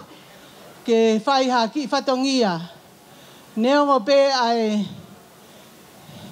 masiva. Pa neongo ai tatau. Kagmoni ai himi. Amsia he manpuna I fale tapuna. Nau puna fia o ofi ki hoolita. Ke leo matapa I ngahi loto a ke hepe ke wofi atu ki hoku laa pa moku whakau. Koe aho koe ni, koe aho whawhiawhia ia ki whine matua koe ni kau tuku atu pe mua ho ki pui tu a. Koe whine matua o whai whatongi a, koe mehitanga si au o e whae a wafuhu. Pea hange koe rea he kai tuku e makaka whai a kakao. Neongo o ku I kai silava mai ai whae a wafuhu. Kai ke mau tuku ke paea ai a koe. Neongo ku mau hau pa mi tahi. Mau alo pau mai. Ka te mau lele mai pe. Ke whai haki whatongi atu ke whaitu una. He ko eiki, ai mehektanga eiki o wafuhu, pe aku mauangoi e mau talawaha mea. Whamole pe tai tō, ka aku whakatua e whatongia. Whamole ia nge au, ko hufanga pe he lotu, pe amoe eiko si sukalai o tuunga naki ai. A e te whakautua atu me heni, ke whai haki talatalai whaere whatongia. Ko uhi, ko si whae, tua, mo maulalo, mo masiva, mo tae iloa, a si whae a wafuhu ku mau kai waha mai me motu. Pea neongo, ai, au fia mo matankovi, kai tuku, he kua mau kau he lau, pea mau lau he kau I he poko eni. Whakawhetai lahi ki he eki. Ko ki whatongia ko eni o tuku. Hange pe koe tala ki mua ai whae atana e whae e lele atu ke whakahoko atu ai ki whatongia o ongo tamai ki ai motu a pia moe hoa ke a ua tahine ke te koe. Pia opu iai e uhinga ai te ui atu pe ai koloa kai te tala no lahi he kutau I he hawa onga o e whare o tupo na hoko o ngari tua atu e whafotu ngā lolotonga pe e te tua. Koe koloa ulo aki i koe koloa ia e meiktanga eiki o wakafuhu o siosiua wakafuhu ta kei vulai tui fua. Koe koloa ia e tahine koe ni o tuku. Koloa hono wā koe koloa ia e whahu o tai e ni a maata. Maata whamole mole pe he kai te mautuke ke tue noa he neongo ai masiva ka te mauwhai pe ai mea au toton ke mauwhai. Koe koloa ia hono wā kou kole pe ki si ei kauwhewhine ke na womba o ate koloa hono wā koe koloa ia ai whahu o tana. Whamole mole.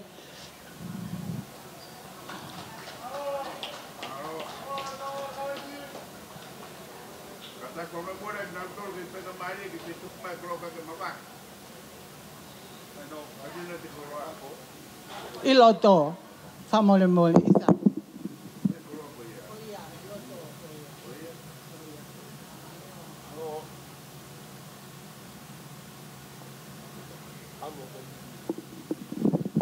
Koe koloa wha osi, koe koloa ia o e tangata eiki whaiwhikau sea, o i siasi tokai kolo ia kalaisi, whawheta ia tangata eiki, o whia mea mai ki mari ai whine motua ta iloa koeni. I oku haka ai loto pia whai ai whawheta lahi ki he o tua he ko tau e langi, he ko tau i heni, pia ku whakaofo ai tau whono ngā taito hono tala.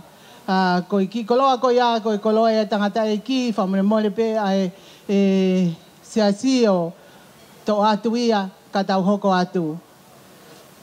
Malo.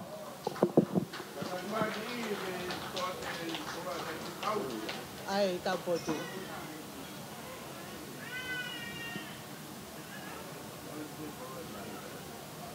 Ave que te mau te robe ma te moia o te pai o ko ni ta. E sai pe con o pe ka ta mai yo ave. Ka yo que o te fa to ni así,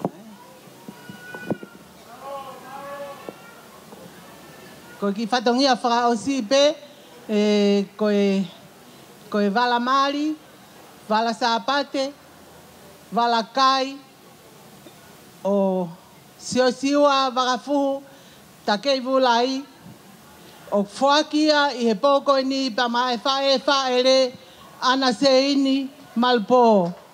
Ko lava ia ki fatongia ko kore at pe ki whanau ke nau oae ai koloa e tahine e whai elere atu ki nusila o whakakakato o ai whatongia ki he tahine.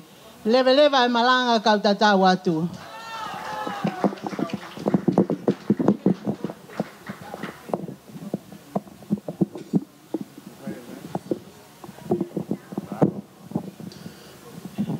Malo kata mua whakamaria ni ke kata ke to ate koloa koni ka ata ai whanga ke hoko ate katoanga kamone more mutol ke tau hete koloa koi ana seini pia te mai tau olunga sesue sila tau ai tai na tonga tau ni hoko ia heni.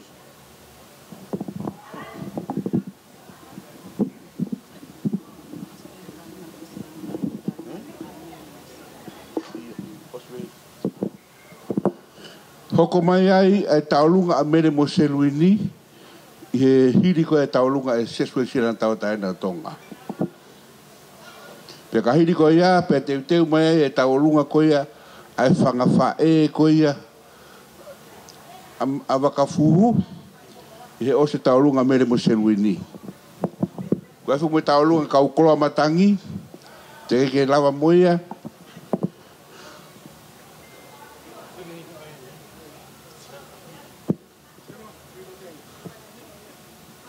ko ngai taulunga uktoe tuku ke he taulunga tāpuni.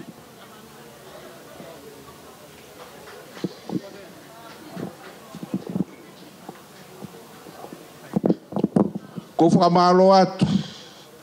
Whakamahalo atu mo puke merino. Mo fia a foki. Maho inga pe. Fia. Tau fio hiu ka kaya ha paropare mai hoko. Tau fia kotoa pe. Toi maa mo merino. Ko ia. Tau lunga sesu sira tau naina tonga tāwini. Wafta ke otua mafi. Yo tau lotonga. Tapat ke pare o tupere hake. Taine prinsesi. Me siluk tapu klanival fotofiri.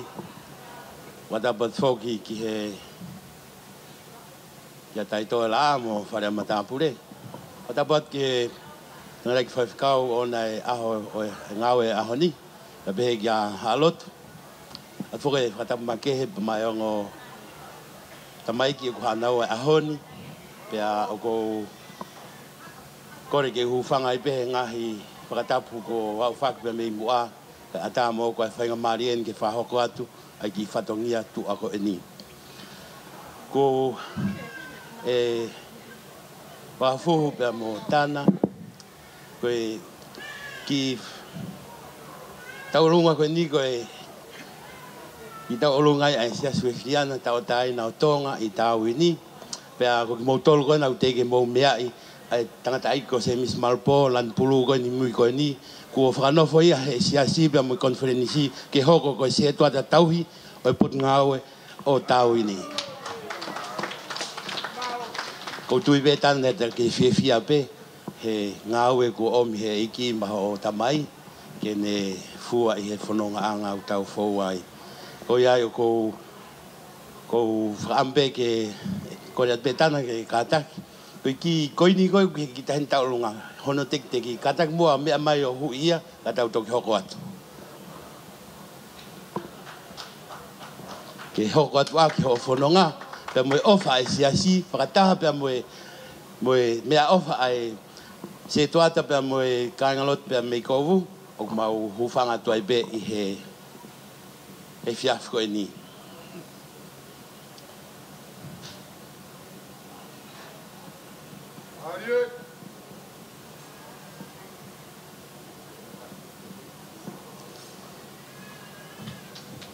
mo pas mai ko ya go fatulawat tana ko mauta olunga fai fatongia fa ospen ma au pe mi funga waka o mo ia mo tamai pe ko lave ipe ko ni ospe poni bong pe ko ke oskamata o alu au ke funga waka o ka fu pa ko ke pe ke tau ava ia tau ta pe eiki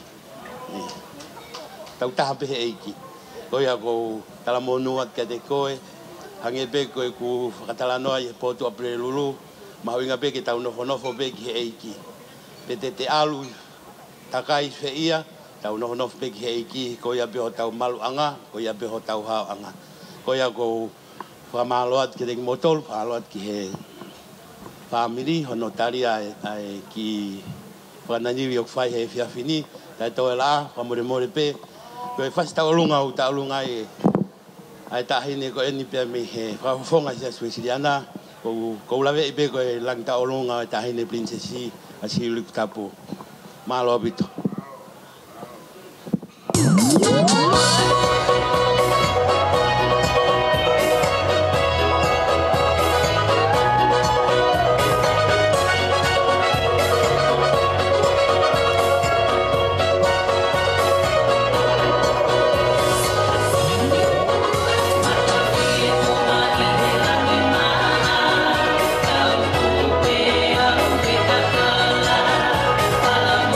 Koi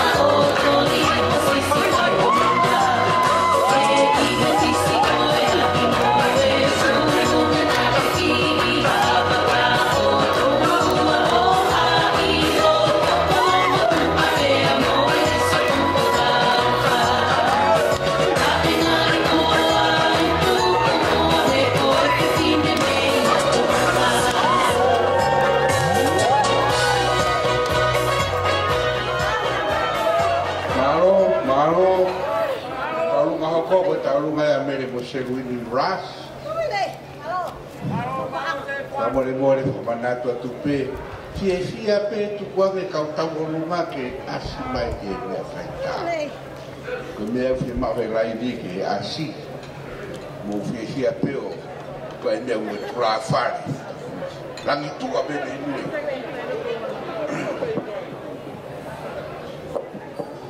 Taulunga mere mo seruini.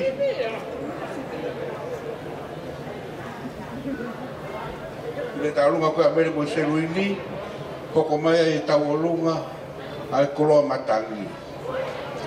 O se taulunga koloa matangi pe hoko mai mo taulunga ko ia whangawha e ko ia whakafuhu. Ka mone more ka me to ope na tau sapati. Te ke lawa tau katoa ma.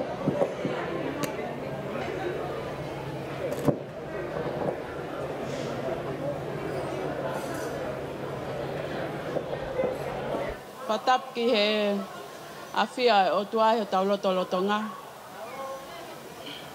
Pehe e ku whangai whakatap ko oso no awhaki. Ka ata ke whahokata ki tālunga masiva koen. Koe ki mui ke whahoko e mau ki tālunga. O atu pe e mau pōpoaki ki a tāna pehe ki a whakafuhu. O whape ke mo mauha whamili, fia, mo monu ia i ka una. Ko ki tālunga ku mau whakahoko i he whiafko i ni, ko ki tālunga, ko e honga ia pe, ai ofa, ku whai e ana, mo misi, ma mau tol kotoa he whiafko i ni. Ko e mau ofa atuia, kia te koe tāna pehe ki a whakafuhu, pe a mea tawalu tui pulotu, koi nonia, tui pulotu, pehe ka Semis Makisi, Wesley mo Luisa tui vai, kei kia ha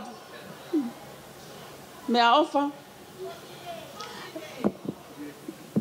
Pe a mos Suliet tui vai, e he whiafko e ni, mau honga ia pe, ai ofa, kua whai, e ana mo misi, mo ki iap ko lopeli au, mau whetangu tui mai me ai. Ko le atu pe ka wakafuhu, pehe kia tana, lava mai kato ki mua ki he, ke mo lava mai, o to ange ki teki o e whiafko e ni, ke si whakakato aki, o mo whatongia, mo e langa whao whamili o e whiafko e ni. O wheunga mau ki teki, mo e paanga e ni maafe, o whape ke whakakato aki atu, o mo ki whatongia he whiafko e ni. Ko le atu wakafuhu, mea mai o hui atu e pale, kai whakakato mau whatongia.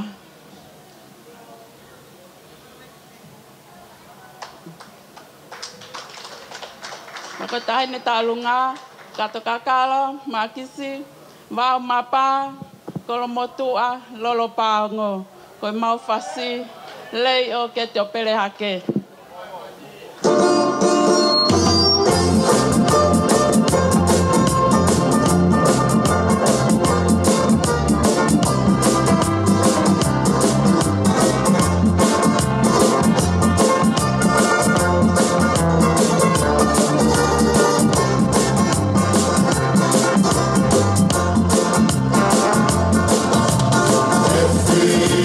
Dentro uma ema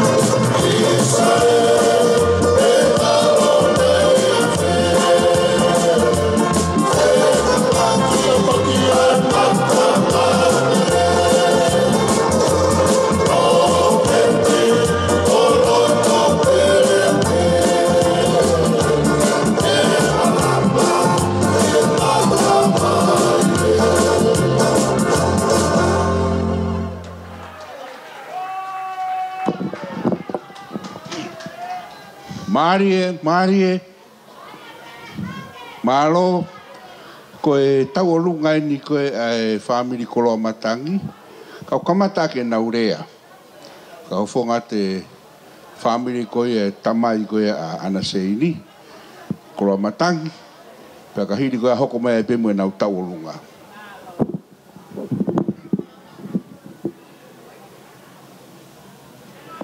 Kataki kai pune whae rea family koloa matangi.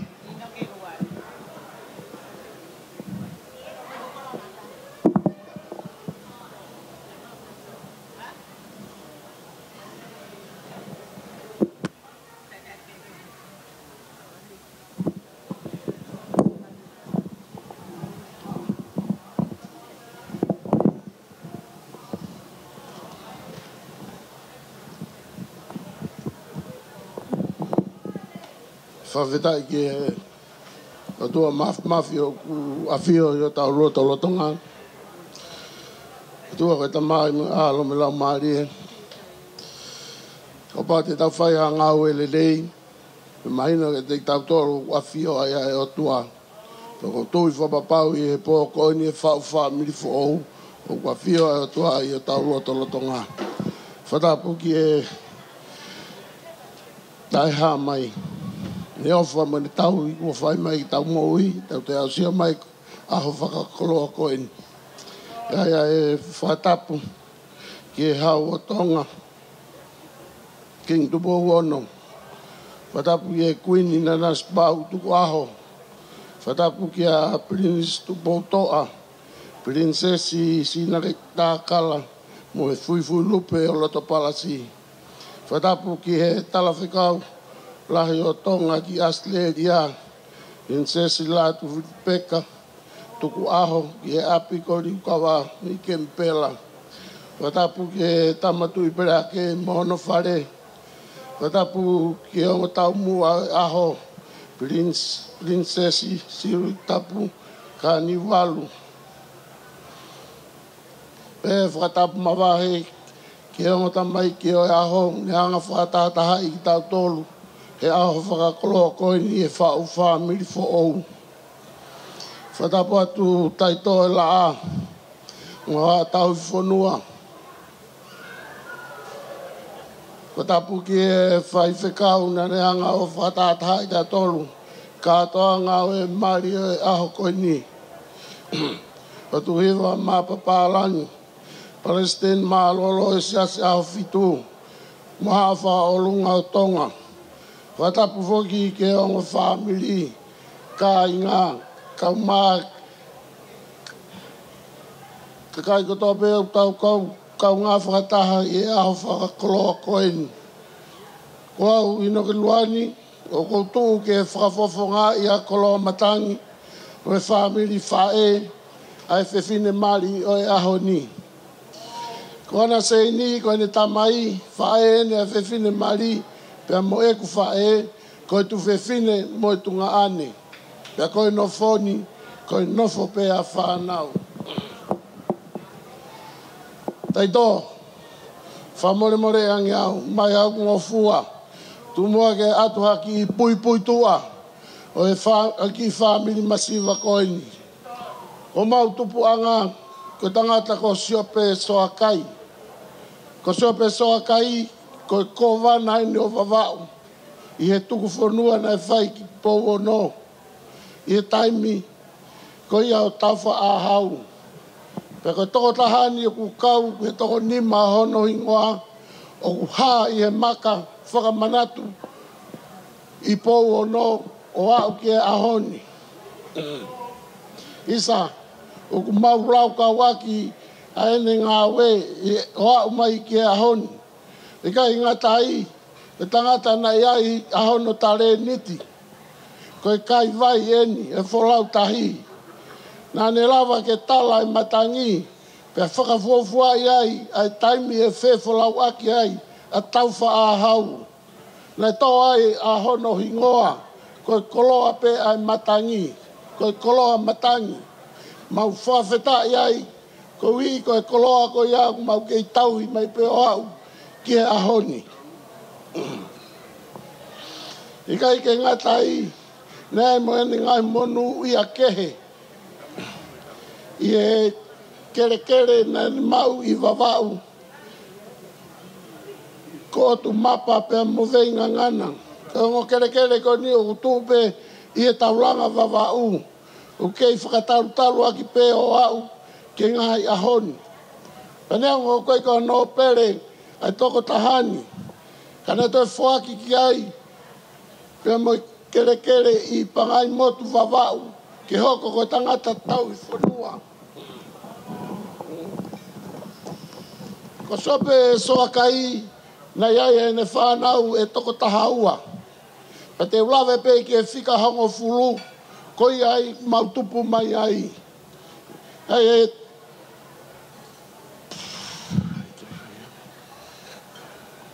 ai a ko viriami ita.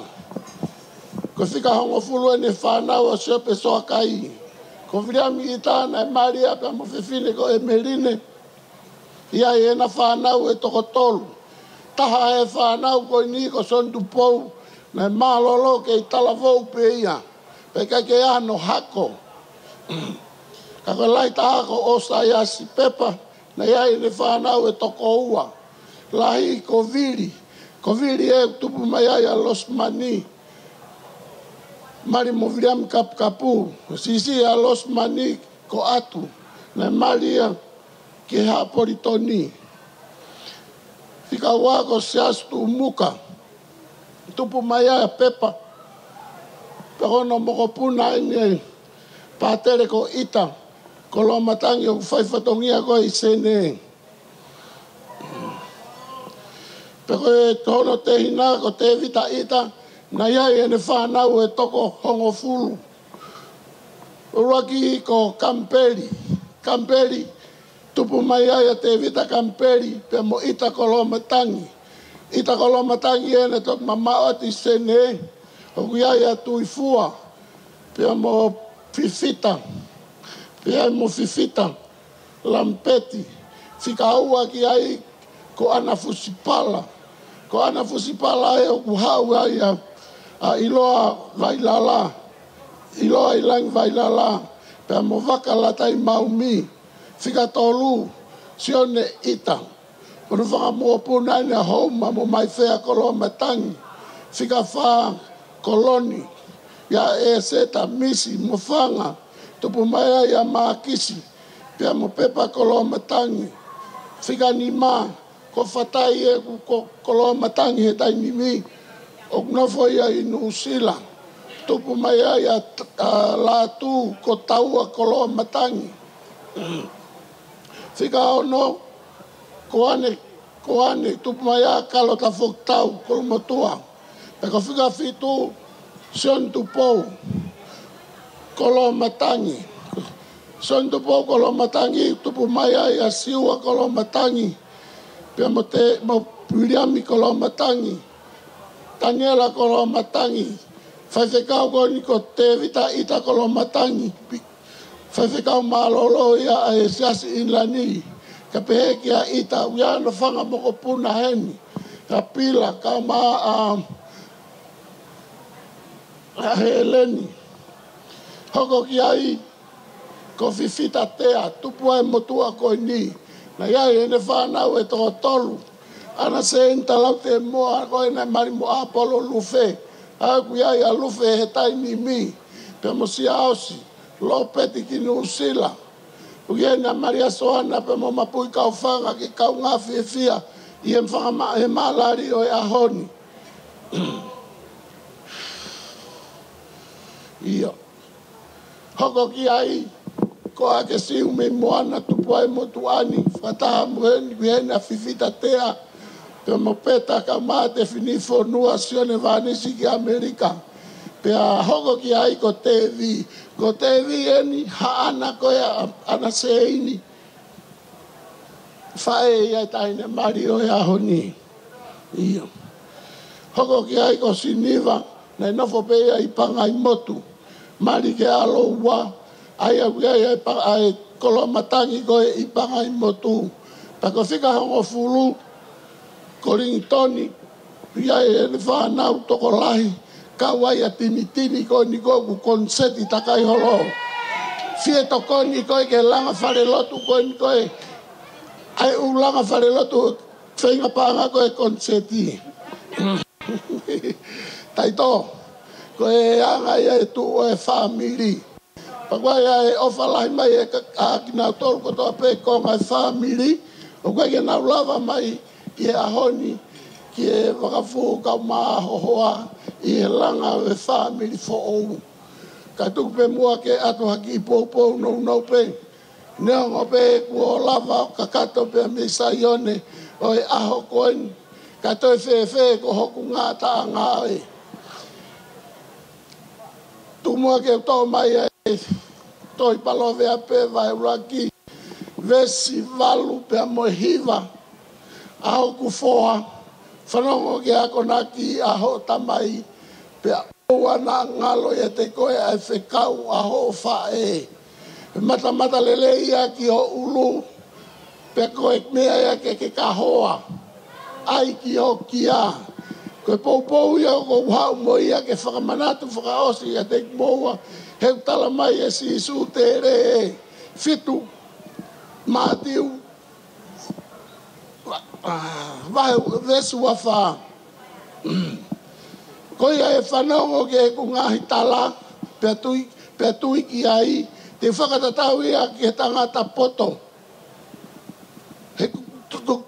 te whakatatau ia ke tangata poto he langa hono whare I e maka pako whakamu pe ke whakamahino ke te moua e ahon ko e langa whare fo ou o ku whai ia I e maka ko maka ku tu loa ko maka o ku lau kuonga whaamu maupe ke nofu ai ha homo whakakau ke tōtō ka ki tana o hange ko ngā mea na ako na ki a ki koe he koe hala koe na ke fau ai I he whau whamiri fo o pau ke fau koe I he whaingata pe e mamahi lahi te ke fau ai he koe whae ia koe whae lerei ko pau ke nofo ia o ukuma mea ko toa pe pe tuku haono ki ta ka lava ke whai mau ha mea u lerei he mau ai pe mo whanau lerei hoko ate whamiri lerei o ku weia e tawange ke o atu he o tua ha whau whamiri fo mo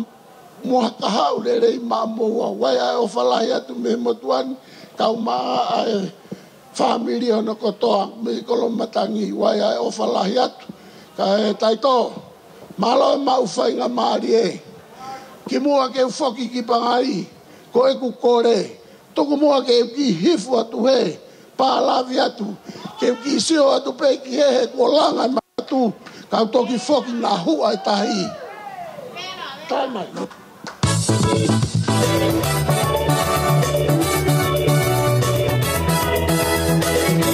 salu e whainga so soy taulanga buat ale fusi whakapo kapoela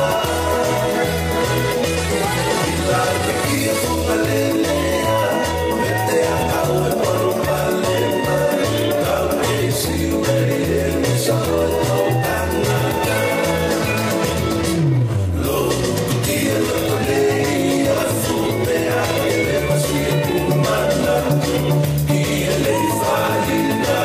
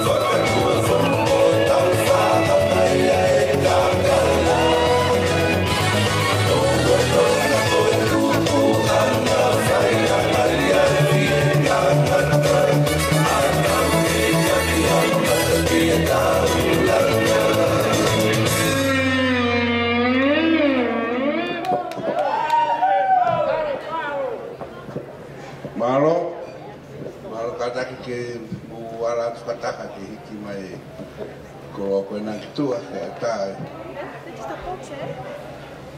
Ai. Malo.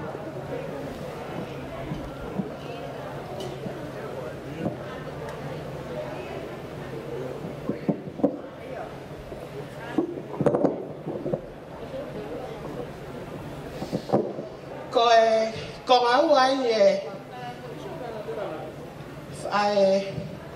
ol kalama family Kolomatang.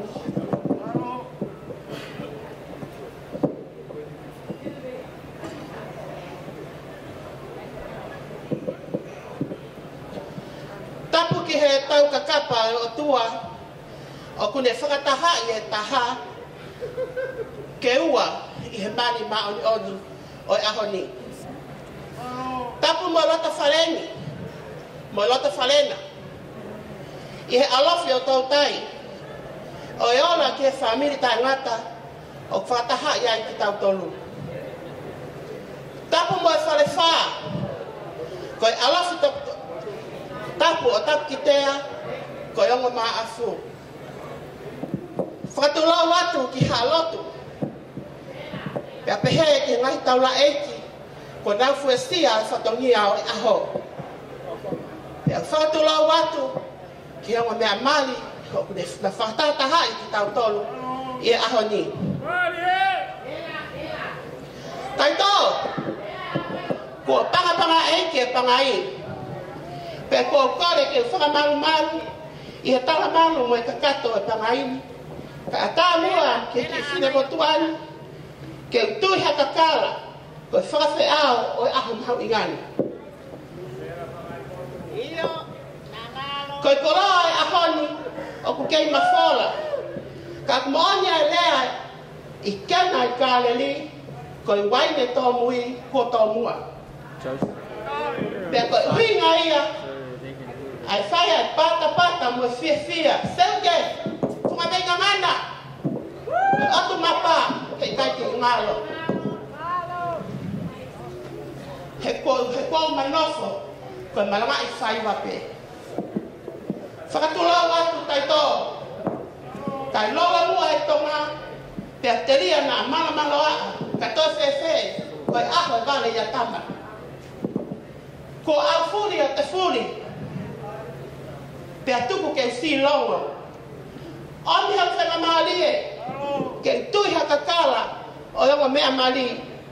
Iyo, ko motoria o eku ngowe ke u aikona ke tau lewa. Holope mahatanga. Te holope tanga i o taito. Kai tuku mai mua hau whenga maalie ke whakakakato a hok whatongia.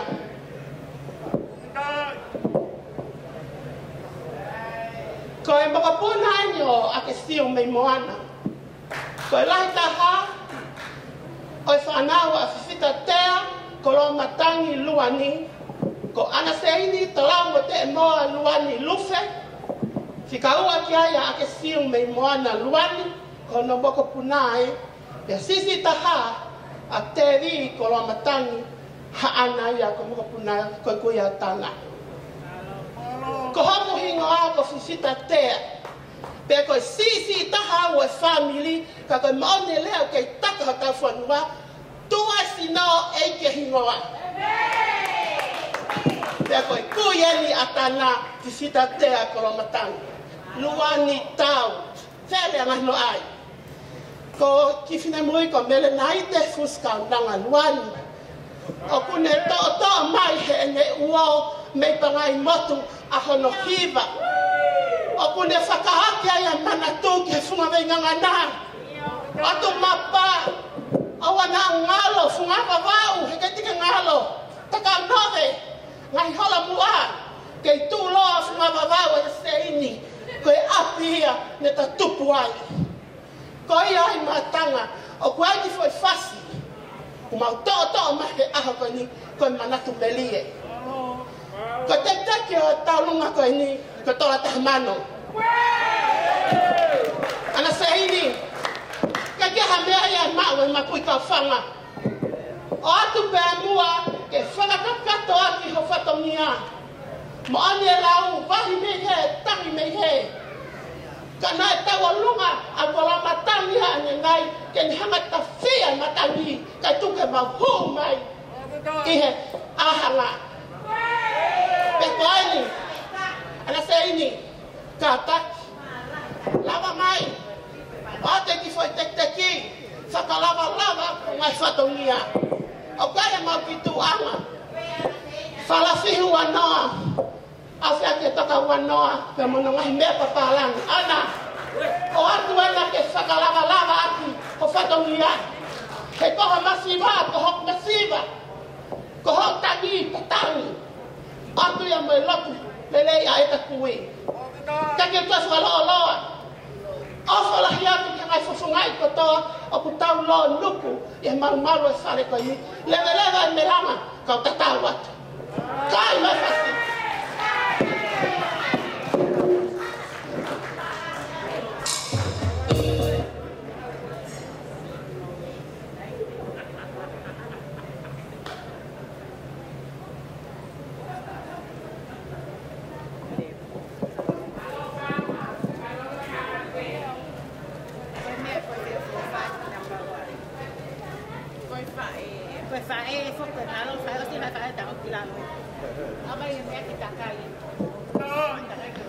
Katang mai mua ka fifine si to ate ki tuanga kai atai malai malo.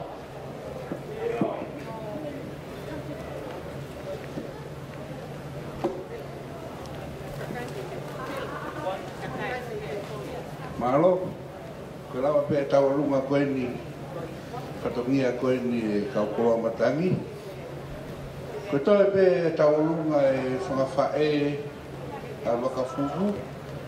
Pea osika pe e koe taulunga tāpuni taulunga pe a wakafuhu. Koe ka susan? Ke pe me taulunga whae? Io malo. Oh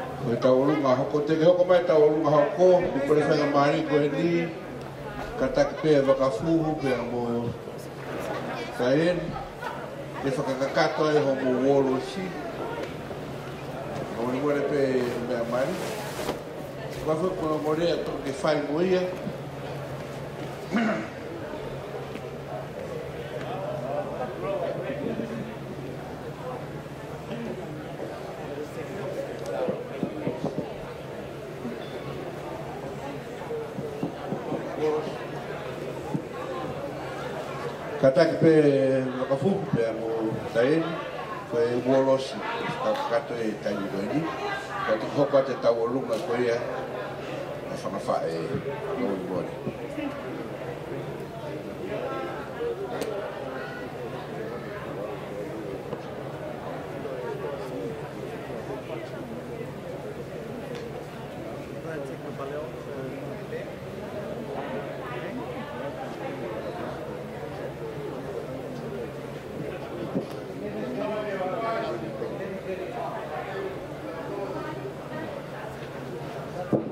Pia tape ka pau kia whatongia Toku Ki whakakato ki lama pe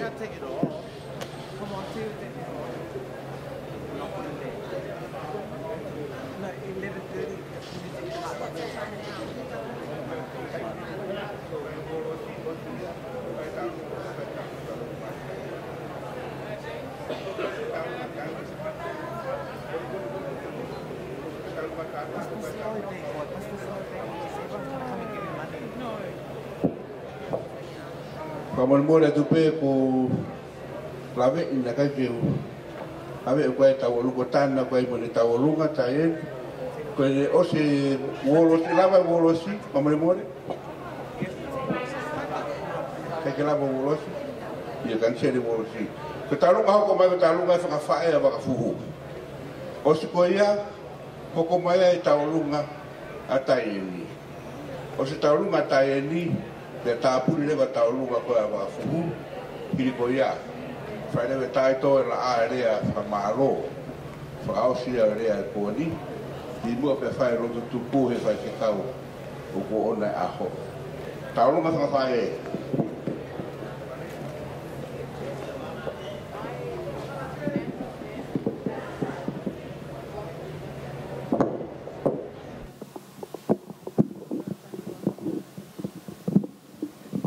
Whawhetai ke ki, koe talungan mei motu taito.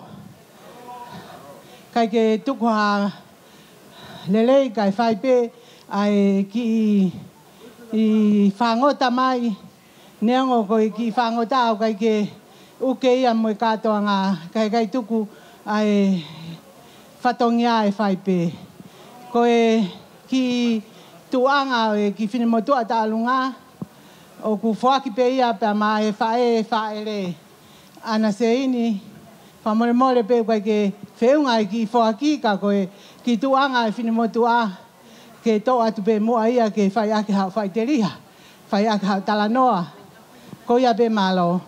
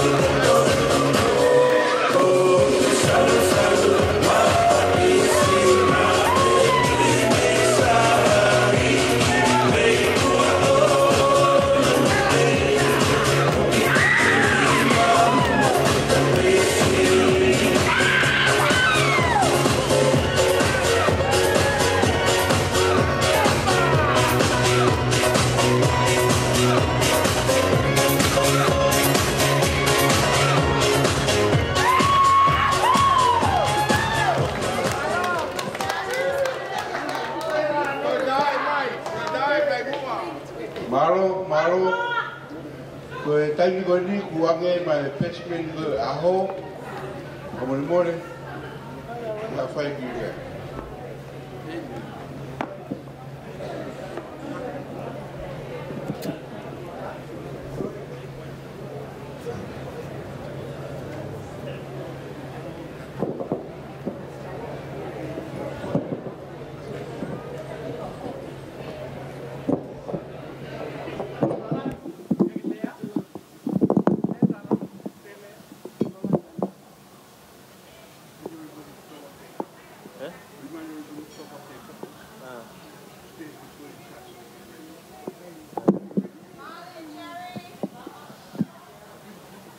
Tapu me toltahi o tua.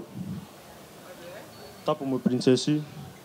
Mere siulik tapu kalani valu fotofiri. Makainga lapaha o prinis kalani valu. Tapu me tama prinis kalani o tu poutoa. Ko eiki mau tofia o no muka. Tapu me ongo whamiri whaue ahani. Ia siosiua wakafu tuifua. E mo taien whatawhehi o lapaha tuifua. Tapu mo whawhikau, duhiwa mo papalangi, mo haa whawhikau. Tapu mo malupo, mo haa wharewha. Tapu mo taito, matau, mo haa mataapure. Pea tapu mo ongo whamiri, mo kainga tonga kotoa pe, e kere tupua, o e matakari. Apori sinare o tauingi. Kai tuke a te au, ke o ki siof, whakapalo fita, mo whakahako, e rea tuku whakaholo koe ni, he aha whakakoloa ko tau au sia. Ko au ki ngoa, ko sere mai atu i fua. Ko au, ko te hina au o whakafuhu. Pea ko ulau, ko tāpu aki. Pea ko whamalo, ke tangata mari. Malo e mau koloa, ke ulere mai pe, o mui ato tua. Ke whawhawhunga ia e tueni, mo whangatoroua o tau api. Koe mea koe mari, e wakafu mo te e. Koe mea ofa whakaotua ia. Pea ko haape ia, i he toi tāpu, ia senes, vaeua, vestal whaa. Ko ia, e tukuange e he tangata, ene tamai mo ene whae. Kai pikitai ki no waifi. Pea tēnā hoko, koe kakano pēta. Koe ai, taien, ai whakahistoria ho mo langa whare o whakahako aho ni. Ko nofo mari ia, ke whakaotua no anga, i he nofo pe ke wholofola, pea mo wheo whofana. Pea ki a whakafuhu, te ke tukuange kotoa ki mautolo, ka ke ofa pikitai a taien, he koe fuakawa, mo whakapapau ia, ko mo whakahako e ahoni. Kore atu taito, hangofua, ke whakaasu te kurea, i he rea whakapiritaani ia, he koe loa nuku hen a hau kai ngā muri. Whakafuhun taien, today we are celebrating you. And we all wish you a lifetime of happiness, health, success, and laughter. May you continue to find humor in the bad and appreciation for the good. May your friendship continue to grow, and may God bless your marriage throughout all the years to come. Ladies and gentlemen, please be upstanding and lift your glasses so that we may toast the newlyweds.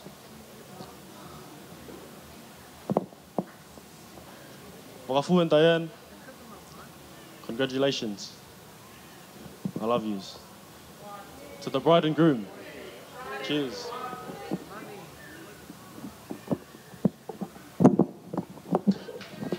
Pat mai, marie, maroere, pafofa. Ito e pe tau olunga e ua. Tau olunga koe taien, tuifua. Te whakao se toki pe tau olunga koe a wakafu. Tuifua. Toi pe rea e kai toi la a. Tua maro. Ia whakata e tau katoa me se fi. Taien.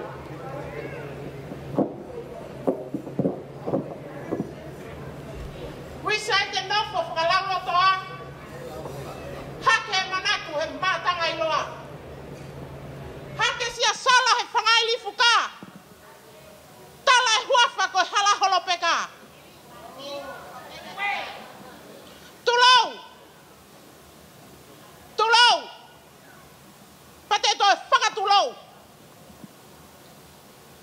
Tai tō la a.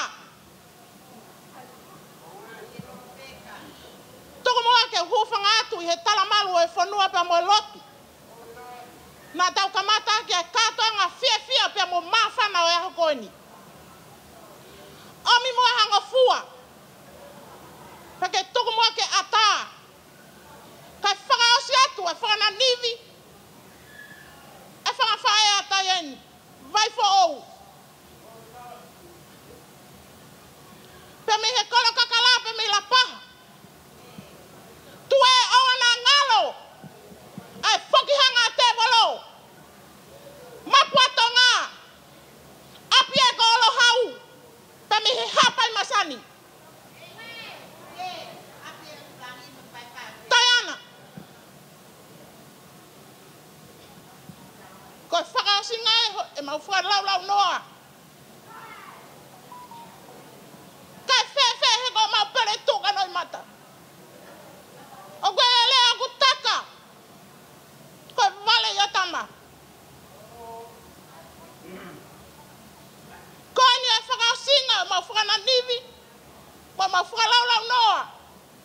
Ko whai ke tahine o tau ihenia I he ahoni. Ko le atu te eni. Lava hake ki loto. Whakamole mole kasa. Kake lava hake mo a hui. Ai teki o tau eni. Kai whakakakato. Whakaosi. Hane whakame ite. Kia te tau tolu I he aho koeni. Leva e malanga. Kau tata watu.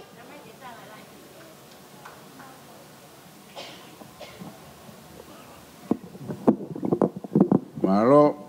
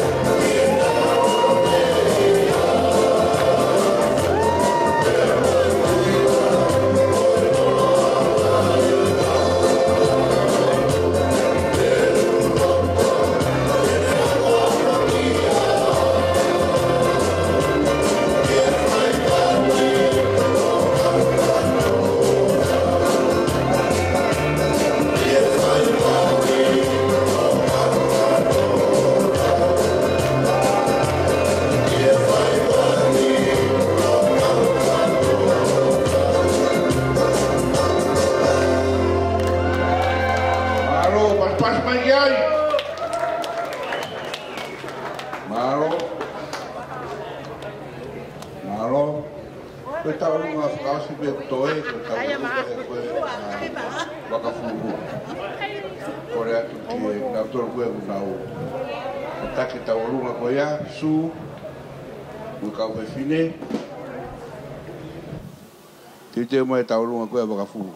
Su.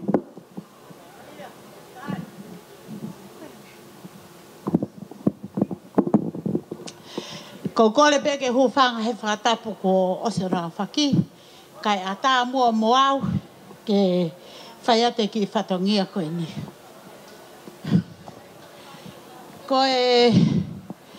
Ko siosiua wakafuhu ta kei vulai tuku aho ka taki piti o ngata pe ai. Na mea mai pe mei tonga o mea pe te au. Pea ko awe na manofo ka koutui whakapapau i ai pehono uhinga.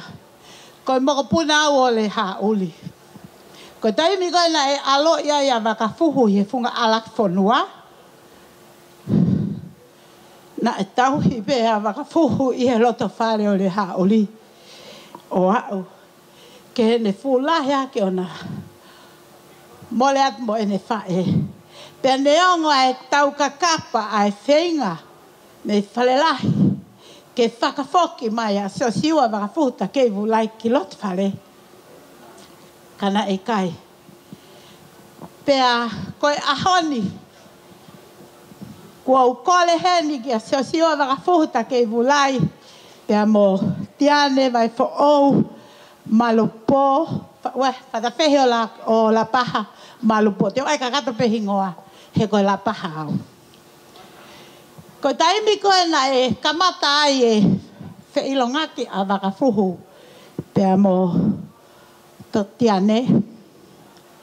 Na whai maari ai ki te hina o tiane. Pea na anau whakawhe ia siwa wakafuhu koe hou eiki o nau maari. Pea na ose maari ia kai tuku e kulotu aku. Nā ku kore ke he eiki ke o mai ha tau he o wakafuhu. Ke lava ke hanga he tau ko iao tolong ya wakafuhu ke langi lau. He ko hok koe ku tabi ia. O ko hika wakafuhu ke langi lau. Ke mahino koe moko puna tui wharewa.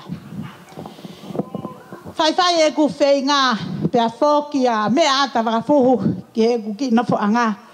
Kai tala noa mai tahine Mario aho nigi a te au. Mamasu, ko ule ata te koe. Lea mua ko ho pirinisi. He ko ui pe whakawa ka fuhu ho pirinisi. Lea mua ko ho pirinisi ke ka ataki o kui kai ko ane tō ke au. Pe ai e ku futu whakafoki wha o pehe koe hahano uhinga. Nai tala noa mai e kaunanga koe nio ne pehe nai mapu ia e wakafuhu. Nai osi pe ai whakamatala ai kaunanga koe ni pe au whakapapau iai. Koe whiria ni nai omihe e giga te au. Pe au whakalea ai pe he taimi ko ia o ku tautu ai whae a whatwhehio la paha.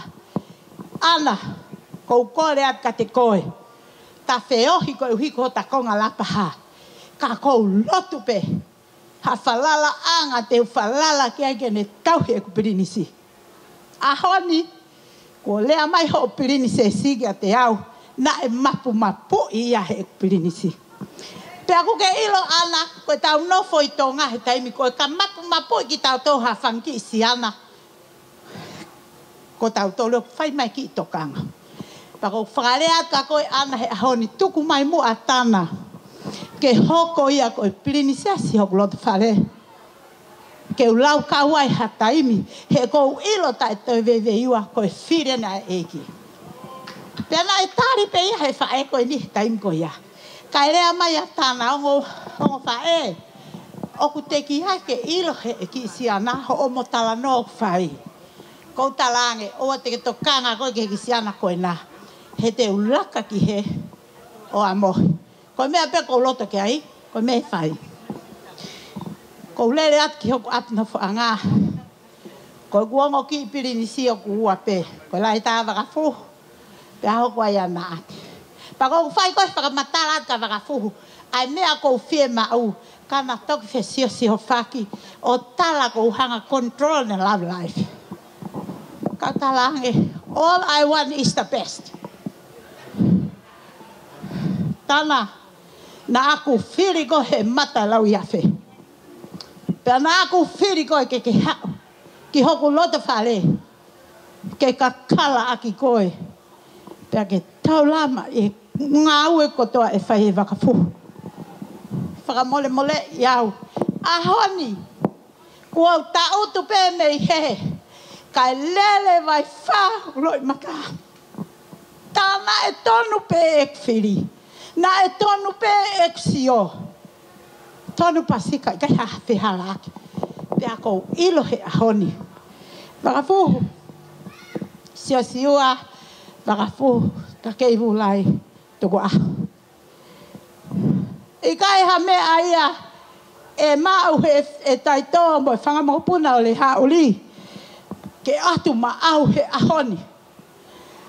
Ko e mau koto a ena. Ko e mau osi ngā ena. Ko i ki tola e taha mano. Ke ka mata ake homo nofo whamiki. Pe aku kama... Oh, sorry atu. Ko e tola e taha mano. Pe aku o atu ia ka mo wahe ahoni. Ka mo whakafoki mai ke he eku kato. Ke awe ia ki no usila. Ma e tahine prinsesi. Pea ko ia ai. Ko e ngata ngai wakafuhu o e ku ngawe ka te koe. Pea he ikai osi heni. Nā ku osi whakapapau pe ka koe. E whai e ku teke langi. He koe mo ui e nā le hauri. Ko taimi koe nā e alo ia wakafuhu i loto alaki whonua. Nā e mahino peke a ki mautolu.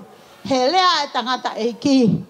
Mo o mai e alo uluwaluo ngahi. He ko hoku totope. Nā e maulo ua e mautolu. Ai whae. Pea mo e eiki.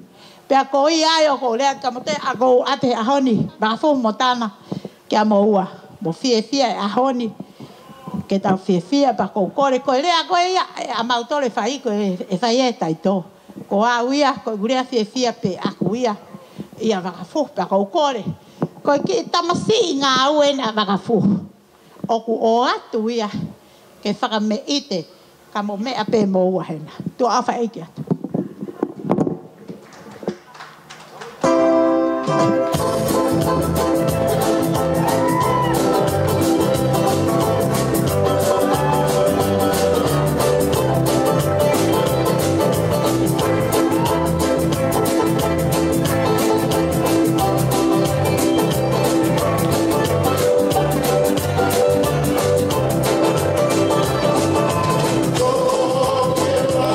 Oh,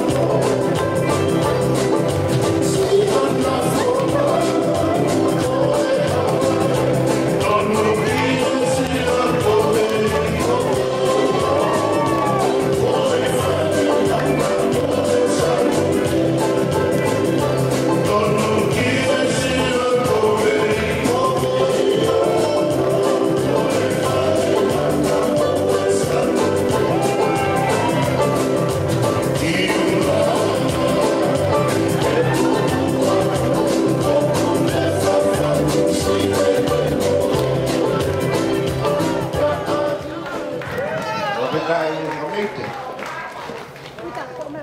Malo. Ko whakamana atu, ko waki sāpate, o ngombe amari, mo tolo mo whialawa ki whare lota pongpong o kauna whakawhiwhia I whakakate o au ko ia. Ko whai ngofua taha ko alu peki ho o māpehe o telefoni, Salvation Army anula, si pela whakatonga anula. Ana ula a Salvation Army anula. Ma'ua tu asila ki he malanga koe whai urak sapate a pongpongi. Taimi o whai he taha. Taha a pongpong o whai ai malanga o urak sapate a ngome amari koe ahoni. Whakamaro lahi atu. Maro e tala ngofua mo e tariang. Whai ngofua e ngā aue ko tuani. Ko hui ko mua ngane rei. Mo fie fia. Kai a hawea e taha e oko. Fie fia taha ko toa pe. Ako ngare mo ka kai lopu. Se u ngai mo kumu tō. Mo e kuonga koe ni. Koe whatongia pe toe koe rea. A tai tō e laa. E ka hiri koe ia. E ka atake atu e a tai tō e laa ke o atu e o mou ofa e ahoni. Ki he whai se kau. Ki ne tāpua ki ia whakatāmo e lotu tōku. Pea fuak ki hoko mea mari. Kouturi fie fia. Wakafuhu pea mo taien. Hoko koe I whakawai.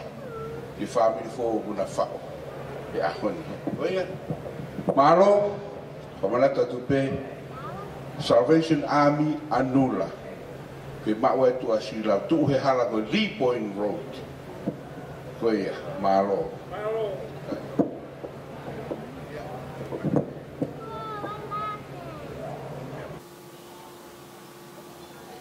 Kota buatu. Kalau ni koe hau e whanua.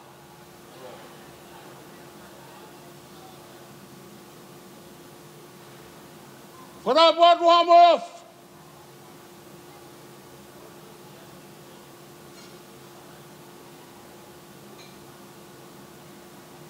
Ui.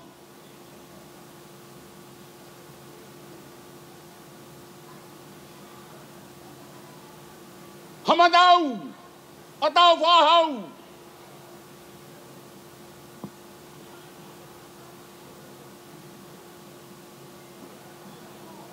Kua whugara kia matangi. Pea kua te loto ke te talano ai.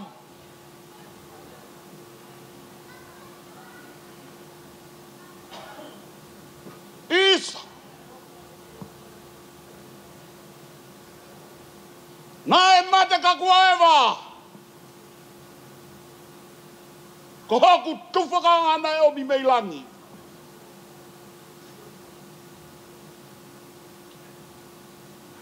Kari ko au pia tāka fia e whunga e whanua.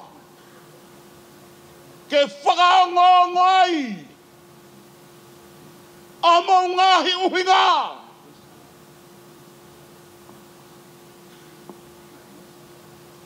Ke whakaha. Kia tupou hono wha.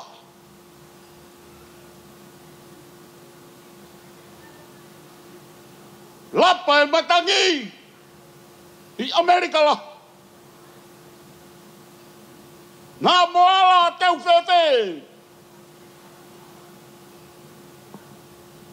He kuau kei ware ware.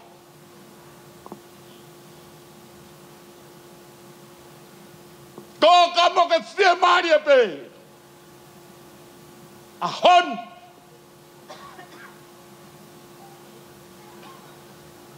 Ke kamata I hangau e whakamisnare.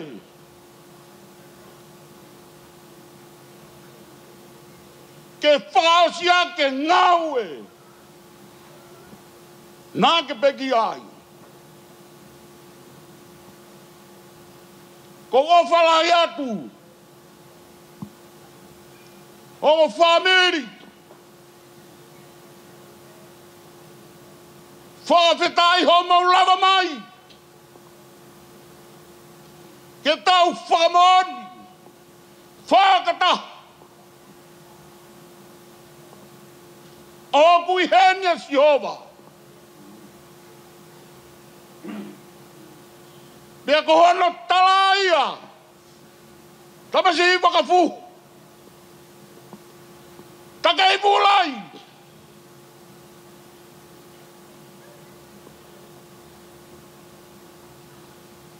O anake toi poki mai.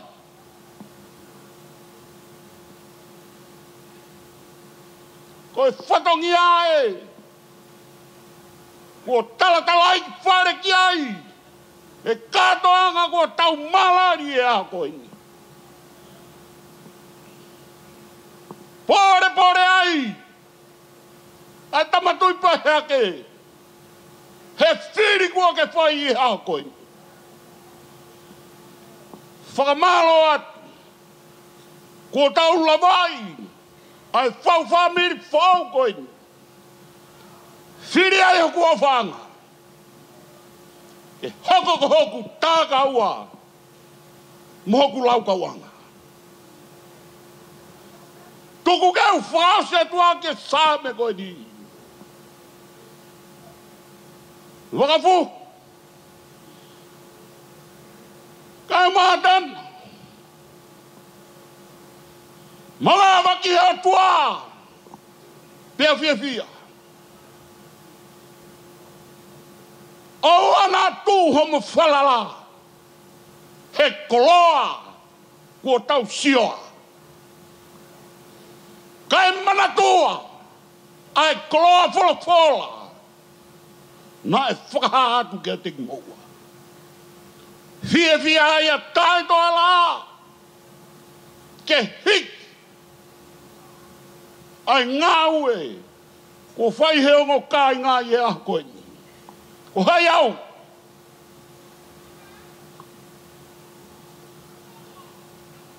Ka kua omi. Ko whatongia. Ke tuhani. He ko tau e langi kātoanga. O ea koe ni. Ko whalahi atu kia te mautolo no kotoa. O whalahi atu. Kia whare hau o whanua. Mo e tama. Tui whare ua. Ka mau tukuangia. Ho mau whoha. Ke whanonga. He halaki i tāni. Lewerewa e malanga. Kauta tauat.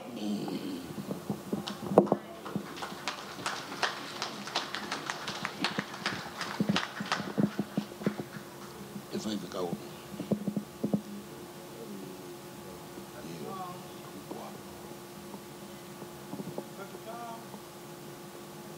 Tai mea nea e whai whakau. Whakakato.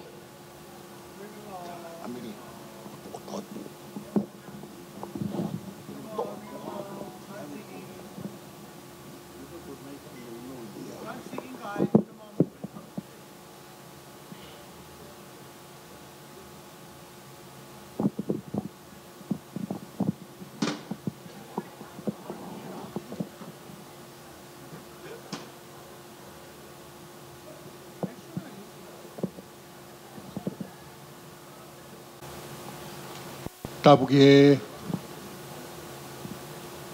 a whio e tua mafi.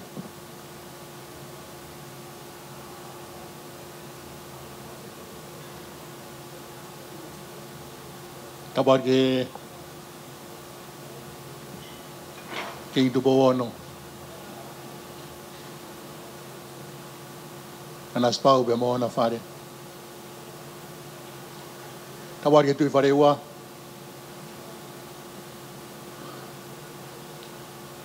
Taine prinsesi mere silu tap kanivalu fotofiri. E whahua e kātoanga. Prinsesi o Feina Mahoiki. wa tai to ka wa toa ko whaanga mo amatapure tawa ki he o family ko ia o mga fuhu family o Tayana na mai kai nga na ko to are whatapu ki atunga katon ki whatapua tapo ki MC tapi kau asia moala tap ki ongo tamaiki wha tuonga e tau whatata siwa mga fuhu ta kei vulai tuaho pega Tayana malpo tuaho kada mo ko e whenga mai ko nge whakakato e polkalama e po ko tai to ko tau langi katoanga e ko haere ai Sihova o kau whata mo tau tolu Isaione e aum tau toke fufare whakawofa koe ni e whai e tau katoanga ka katoanga o fifia ka katoanga o whakalangilang o tua ka kaunga tamai koe ni o aho ke siwa mga fuhu pega Tayana pang phone ho tau lo to e fifia amla ke tau tutuku e po koe ni wa tau rea ko katoanga pe mo no tutuku te wa ke tau tutuku e po koe ni o mahuinga mea te ke foki pe mo ia e po koe ni nea katoanga na hoko i Jerusalema katoanga o whare loa kau e aho whanga o si te wa ke tutuku e katoanga na e tua si su o ne wakai takai ke lautai fukakai e katoanga koe ni me vena mahino ki he iki o gai ai fia inua a porfola ha si su ilonga ia o fia inua kini hau ki hati au imi si o wafu e ka tai en marpo tui fua koe vai mo ui ko si sukas nai vai na e fe mo kina e fe fine Samaria to alu ke utu e vai ke ri saika ka tangen si su koe vai koe na te ke inu mere ke toi fie inua ia koe vai te o atu te ke inu ia pe mapuna i loto ia te koe na ke iku ke mo i tangata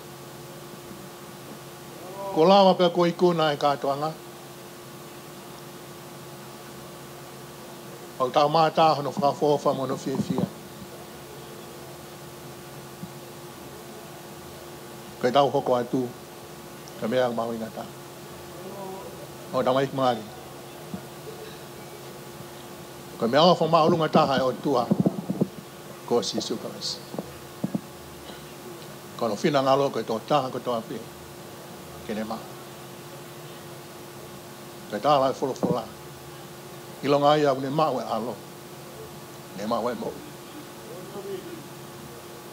ilonga ia koe kene mau e alo e tua kene mau e mo o tau fie mau e mo ui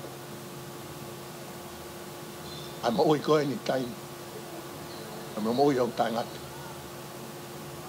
ko kalaispe koe be koe hala koe be koe mo oni koe be ai mo ui ta poke kia so siwa wafu e whakataia na malpo ui fua. E ang mautol ko toa pe. Tau koloa ia, e mea ofa o tua. Ko sisu klas. O tau whawhita. Tau kau whadape mua. Ko ikuna katoa ngāma tamaiki. E kei ona pe langan. Tau whaau ko toa pe ki mui. Wange e a pe e toa ta, to tonu. E a, ko sisu klas. O laka mo tol ko toa pe kainga tonga.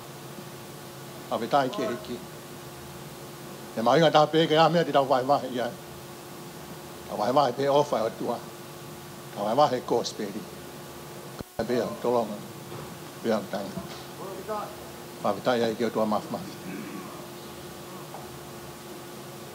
E vai lo tu koen.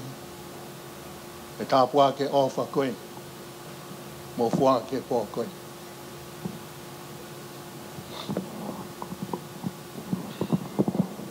Ko ni ma ko toa pena fua ke po koen. E fai e funga o ofa. Ko i ko ta mai ki mali. Tau tau fie fie ba tau whawhita. Ke lang lang ia pe a o tua. Maf maf. Ke tau lotu. E o tua maf mafi. Ai a Fiona. O ko o ai maulunga mo maluinga. Ai lang lang ia pe mo ikuna. Ko koloa pe me ngo ko me pe ai a Fiona. Ma fa vita ia. E ikuna po ko. Ikuna la, ikuna kafa kafa. Ikuna lelei. E ko ke haere ai ka toa ngā kau whatamu ki mauto. Ko e ni o tua ai ofa ko e ku mauto. Ke ngole me toko e hae lahi o e whika. Me beng mau ilo hiko e tona ke a Fiona. Ko hohoi fua e whakako whamiri e aho ko e ni. Ka ma whamalo ai ki a Fiona. Tāpua ke o tua e ofa. Ke hoko iau aonga e kamata fo o e whamiri ko e ni. Ka tāpua ka mai ngahi nima ko toa pe ko fola he aho ko e ni. E whai ko hiko e a Fiona. E whai he fie fia.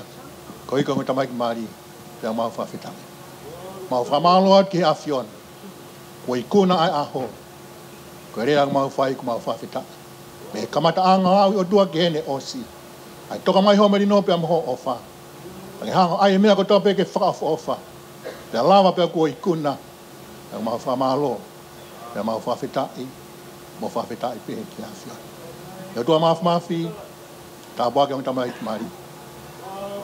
Pea mau tol ko toa pe. Kai aha mau tutuku. Mau tutuku pehe ofa i a Fiona. Mau toi whiloa ka pongpongi. Whiloa ki pehe ki ho folofola. Pea mea to tonu pehe ke mau i ai. Pea ka whahanga e mau ofa ki a Fiona. Pea krese ai ko Sisu Christ. Ka whalahi toko e tamai. Whio hio lang maari e mai oni. Ki mau tol ko toi o nā hiri. Whai hio tai ngata. Amen. Mahalo.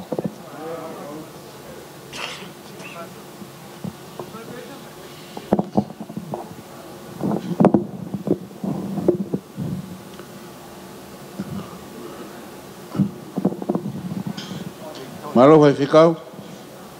E ave puhake. Whamanata tupe a pongpong e lotu. Taimi ko taha. Tuasila. Salvation Army Anula. Tu he hala ko Lee Point Road. Malo apito ko lava e whatongia. Pe ko kresi.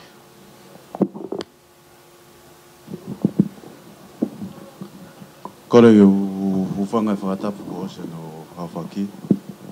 Kai ata mo maua ke tukuata ni whamaro. Ke te mo tol ko toa mo tuku taimi ka mo lava mai. Ta wha fie fiai. E whawha miri. Whaogo ni. Whamaro ni e kia semis. Ke tamai o tana. Whamiri. Whamaro ka ana. E kono whamiri. Whamaro ten kia ku whangawha e unau toko lai.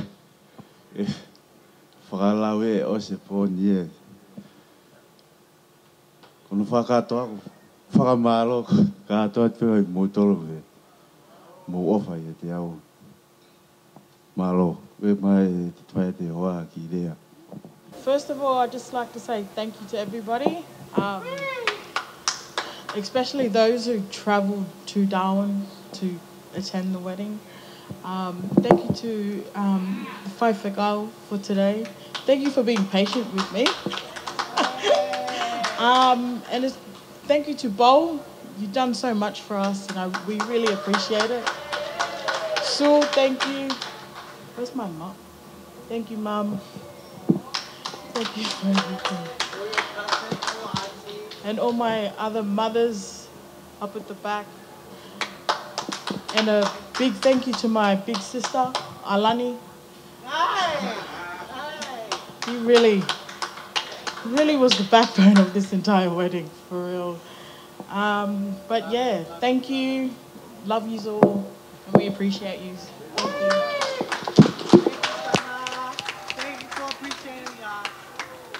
Malo, whakawheta ki e iki, kua rawa e whatohia. Kua tau I kuna, whakaofo ofa mea kotokotoa te. Whake mō ha sāpa te kresi ia a pongpongina. Rea mō uofo ki he lotu. Rea mō toka whakafuofua te tupa e lotu. E paki te whaha kai e whare lotu. Kai lau maari e te.